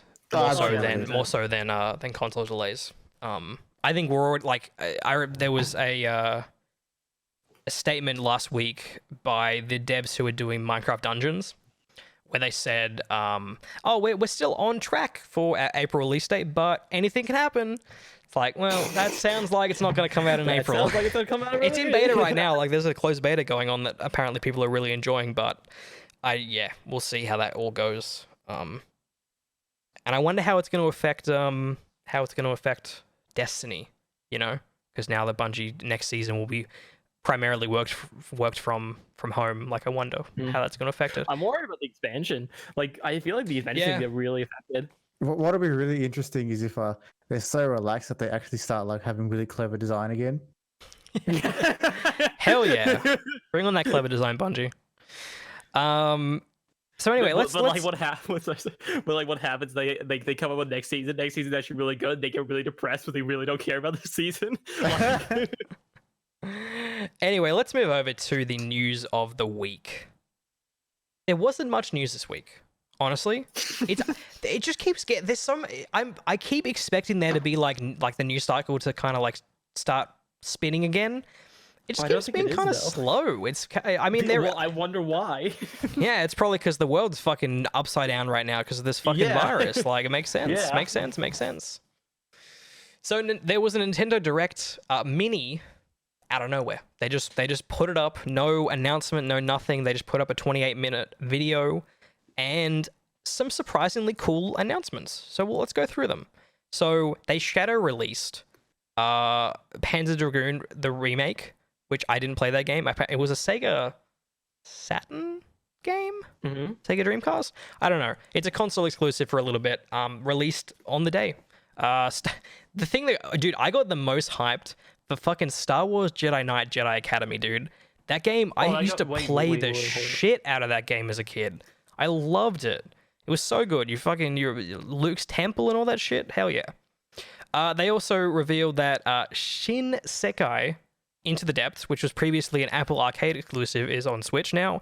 And a game that looked really, really cool and kind of cute was Good Job, where you kind of go around and you do menial, like, random tasks, and it looks really cute, and you can blow shit up and make stuff go explode. It's cool. I don't know. It looked Cool. dope to me. Cool. Surprisingly, Borderlands 1, 2, and the pre-sequel are coming to Nintendo Switch. Bioshock 1, 2, and Infinite are coming to Switch. Very good. XCOM 2, its expansion War of the Chosen, and a quartet of DLC packs are coming to Switch. And all those collections are coming to Switch on May 29th. Cool. I would be totally down to play Bioshock, the trilogy, and the Borderlands trilogy on Switch. Mm-hmm. So yeah, cool. Switch continues to be like this machine that keeps churning out all these games you don't expect, which is really cool. Like Here's an interesting part about Borderlands on the Switch, all right? Mm-hmm. It uses the NVIDIA Tegra chip. Yeah. Which means technically it could actually use physics, which the consoles couldn't. Dude, that would be hilarious. If it's running, it has physics and the consoles don't. That's funny. That's really funny. Yeah, I'm excited. I don't think, like, obviously this day is bad for it because May 29th is when Last of Us Part 2 comes out, but at some point down the road, I'm totally going to get these collections, like one or two of them. They also revealed that Xenoblade Chronicles Definitive Edition is coming to Switch on May 29th, which is a hotly anticipated game because Xenoblade Chronicles was a Wii game and everyone loved it, I think. I didn't play it. It also includes a new epilogue called Future Connected. So yeah, for those people, I might pick it up. I don't know. It seemed cool. It's very anime, so you know. I've heard it's the best of Xenoblade games, and well, are there only like how many 2. Xenoblade games are there? Well, Xenoblade started earlier in a series called Xenogears. Oh. But in terms of like Xenoblade itself, There's like two of them. Xenoblade Chronicles, Xenoblade Chronicles X, I think it is, and Yeah. then Xenoblade Chronicles 2. Oh, that's right. There was a only Xenoblade played- Chronicles 2. That's right. I've only played 2, and that game was terrible. Well, there you go. Also, Minecraft Dungeons, funnily we just mentioned that, and Burnout Paradise are coming to Switch. Cool. I've never played Burnout Paradise, and I feel like it's a game I should play because apparently it was really, really good. And then they never made another Burnout again, which is very weird. Think of it like Forza Horizon, but entirely different. So not like Forza Horizon then? Like, It is it's open world. It's wow. open world. It's an open Wow, world. what an astute observation. Burnout Paradise was like one of the first kind of open world car games, wasn't it? It was like truly open world because I think so. Need for Speed was sort of open world, but it was like there were still barricades everywhere and shit. I don't know. I remember Burnout Paradise. People said Burnout Paradise was good, and then yeah, as I said, they never made another one again. Burnout just left to linger. And also, Sanctuary 4 re-elected joined Sanctuary the Third on the platform this week. So if you're There you go. excited for Saints Row, looking forward to Sanctuary 5 this year, if it gets announced, who knows, coronavirus and everything like that, then you can freshen up on Switch. The biggest news, the best news of this whole direct, Animal Crossing's first seasonal event, Bunny Day, is beginning on April 1st and concluding on April 12th. You laugh, but this is awesome. This is fucking awesome. The event will have players Have you search. seen those cherry blossoms? Oh my god! Have they you look seen gorgeous. the Easter egg arch? Oh, I can't Yes. wait. Will have players searching their islands for eggs to build new event exclusive pieces of furniture? Hell yes. It's so exciting. I'm very excited for this. I'm very sad I'm missing this event. Yeah, Shadow's beating you to the punch. You got a Switch today. Although You it is got a Lite, though. it is a Switch It is Lite. a So Lite. like, I mean, that's basically like getting a Switch and then fucking beating it over your head, basically. Yeah, I Switch Lite's exactly. pretty good, actually. I heard. In all fairness, I think because I've had a Switch since launch, I've used my dock maybe 10 times. I've been using it all the I time for Animal never- Crossing, which I'm surprised I never by. use my dock. Really? Yeah. Yeah. No, I use the dock like a lot. Also for streaming purposes, like otherwise I Yeah, can't see, now that stream. makes sense. Yeah. I don't stream because MBN's terrible over here. Yeah, I feel that. Honestly, my internet's been, a little iffy lately with Might have been shit. yeah, Mine's Seto's has been way did- worse than mine. The other day, I had a beautiful download speed of 0.09 megabytes a second. Oh, that's what I used to I have would. back when I didn't have MBN. Jesus. I had one of 500 kilobytes recently. Nice. That's fast That was compared to all. 0.009. Yeah. And then finally, there was also more info and footage on Pokemon Sword and Shield's first expansion, Isle of Armor. Eh. I can confirm that there were Pokemon monsters included. I saw them. I saw them with my own eyes. So that's cool for those people, Jordan, Yeah. you played Sword and Shield? Yeah, I reviewed Sword and Shield. Yeah, but are you excited for this? I am. I'm hoping that, it's not as disappointing. I saw there was like a as- dojo Pokemon, and you can upgrade him, and he Yeah. Yeah, some what of is the it things called? seem What is it cool, called? Bear Slap or whatever the fuck? I don't know what it's called. It's called like That's it, when I get him, I'm Panda just gonna Chop, call Panda him Bear Chop, Slap. Panda Chop or whatever. I don't know. He's like a Kung Fu Panda. Copyright. TM. Trademarked. Jack this is a Black, crossover Jack event Black with is knocking DreamWorks. down the fucking door on Nintendo in 10 seconds. Because of this Kung Fu Panda they put in this fucking game. Anyway, yeah, Pokemon thing Sword you know, and he Shield. knocks his This game door. sold dude, Pokemon Sword and Shield sold 16 million copies Yeah. in like 2 months. Less than 2 months. It's objectively like one of the worst Pokemon games around, yet it sold the most. That's insane. I'll get the next Pokemon. I'll get the Pokemon when they actually change something, Yeah, when they actually make it If- different. if When they you actually want make a Pokemon different Sword game. play the Mystery Dungeon, the game that just came out. That thing's awesome. Yeah, but it's turn-based, isn't it? Kind of, but not really. Oh, okay. I'll think about it. I got it up in my mind. So yeah, that's the Nintendo Direct. I think there's a lot of cool stuff there. Like I like the Burnout Paradise. Honestly, a lot of the announcements are like old games that I can play on my Switch, which I like and also obviously the Bunny Day announcement for Animal Crossing is cool. Yeah, it's cool. It's cool. I'm hoping there's like a proper Nintendo Direct. Like maybe I guess we got to wait till like June now. Maybe like E3. Well, would have been E3 time because yeah, I don't know. We'll see. But cool that there's some announcements, some stuff coming. It's weird because there's no, except for Xenoblade Chronicles, there's no like Nintendo first party Yeah, exactly. I games would say that. coming like scheduled. Like Xenoblade Chronicles is coming, but it's a, it's a port of the Wii version, a remastered version. There's also what's it called? What's that sequel to that? Bravely Default 2 is coming. Yeah. But Which that's a confuses me, 'cause that's a Bravely second party was game. supposed to be. Yeah, Bravely Second was a game, but they don't care about that game. They're skipping over Bravely Second. So yeah, we don't know anything about the new Zelda. We don't know anything about the new Mario. If there's a new Mario coming, we don't. Obviously, Metroid there Prime has to be 4. one. Metroid Prime 4. We know nothing about. Yeah, I don't know. It's crazy. I hope we find out stuff soon. I wonder if maybe they're kind of holding off because of coronavirus. I think it all comes back to that's why it's so quiet at the moment, is that Definitely. teams are very like kind of worried they're not going to get this shit out, so they're kind of waiting and biding their time to see how this all shakes out in the end. Anyways, our final story of the night. Currently 2 hours and 50 minutes into this fucking podcast. Holy shit. There's lots of games to talk about, okay? It happens. It's probably going to happen next week as well with Final Fantasy VII. Anyway, today Epic Games is announcing a new multi-platform publishing effort with a developer-first approach.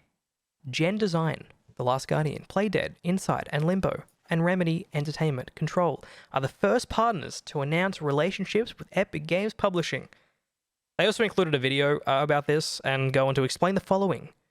The Epic Games approach to publishing fundamentally changes the developer-publisher model and aims to have the most developer-friendly terms in the industry so that creators can focus on making great games. Full creative freedom and ownership. Developers retain 100% of all intellectual property and full creative control of their work. Fully funded projects. Epic Games Publishing will cover up to 100% of development costs, from developer salaries to go-to-market expenses such as QA, localization, marketing, and all publishing costs. 50-50 profit sharing. Developers earn a fair share for their work. Once costs are recouped, developers earn at least 50% of all profits.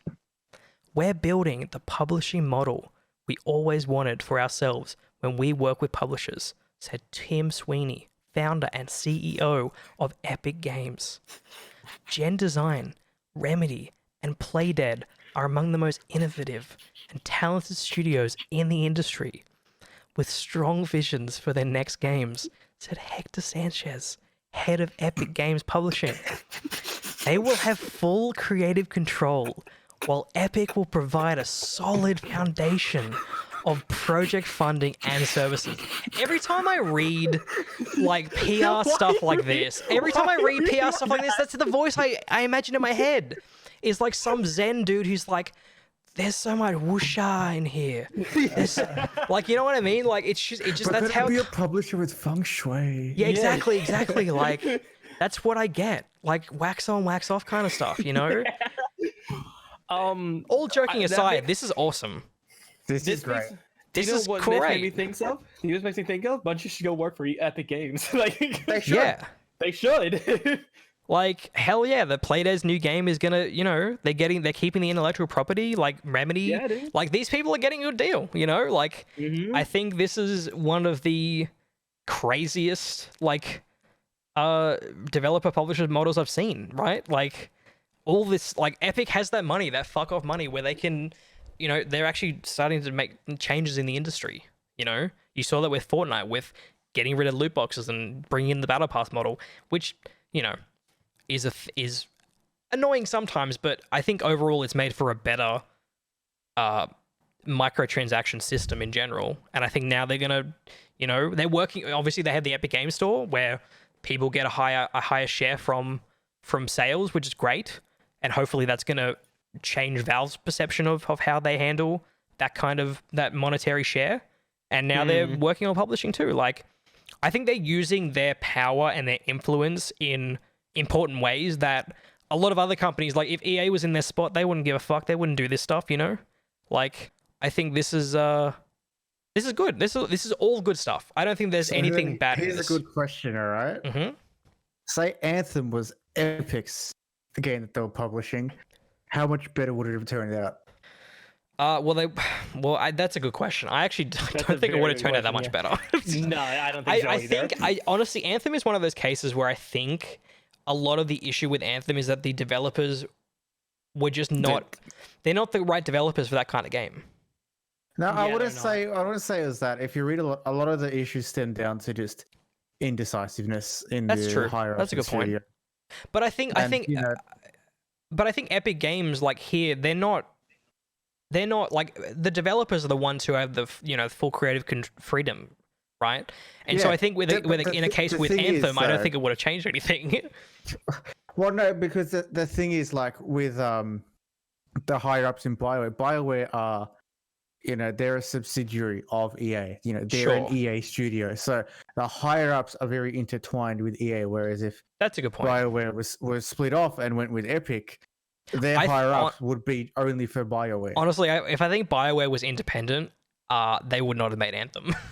I No, feel they like wouldn't have at all. I Absolutely think not. Anthem is a product of EA more so than BioWare. Like EA kind Yeah. of pressuring, like not even They like wanted- saying make this game, but being like, hey, can you like move from that single player narrative based experience to more stuff that we can actually make money off of? Like Yeah, kind of they- easing them into it and being like, yeah, can you just not make those games that everyone loves and just make something that's a little more like you get some money out of this, I think they really just wanted a looter shooter, and yeah, Sure, BioWare, like I mean, you think about Ubisoft's got a looter shooter, Activision had a looter shooter, right?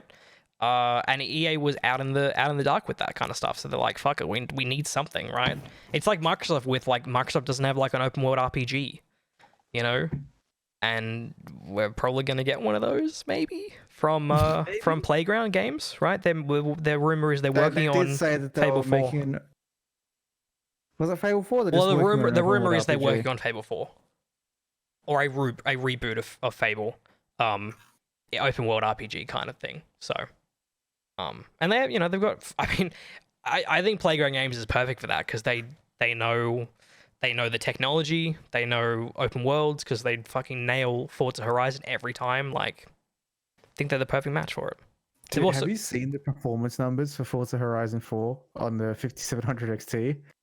They bad? No, they're like trade blows with a 2080 Ti.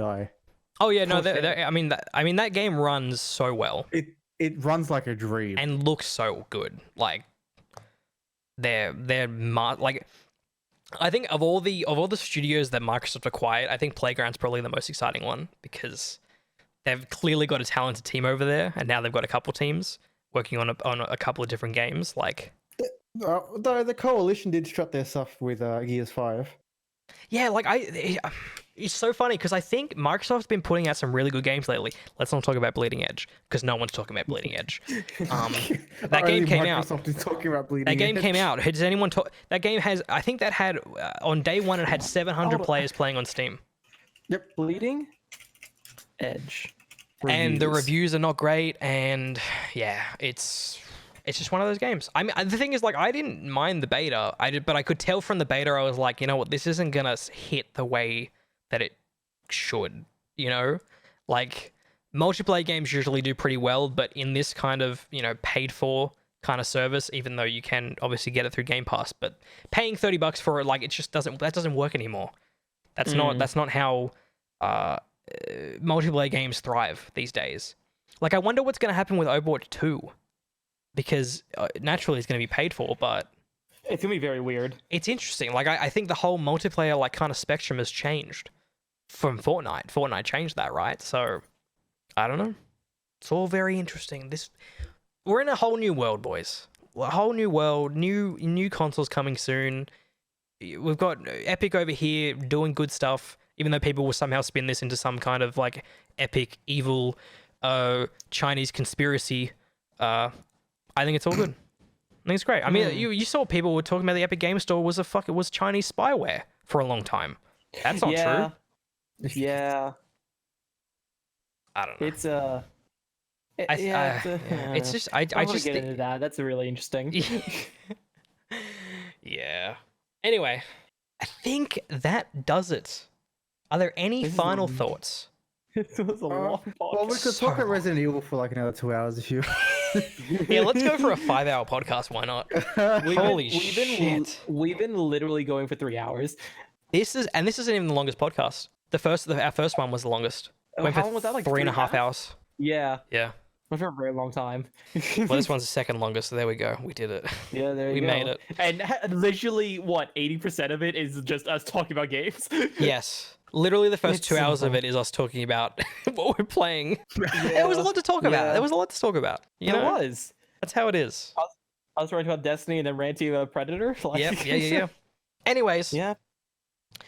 that is going to do it for the podcast for this week. Hope you guys enjoyed it.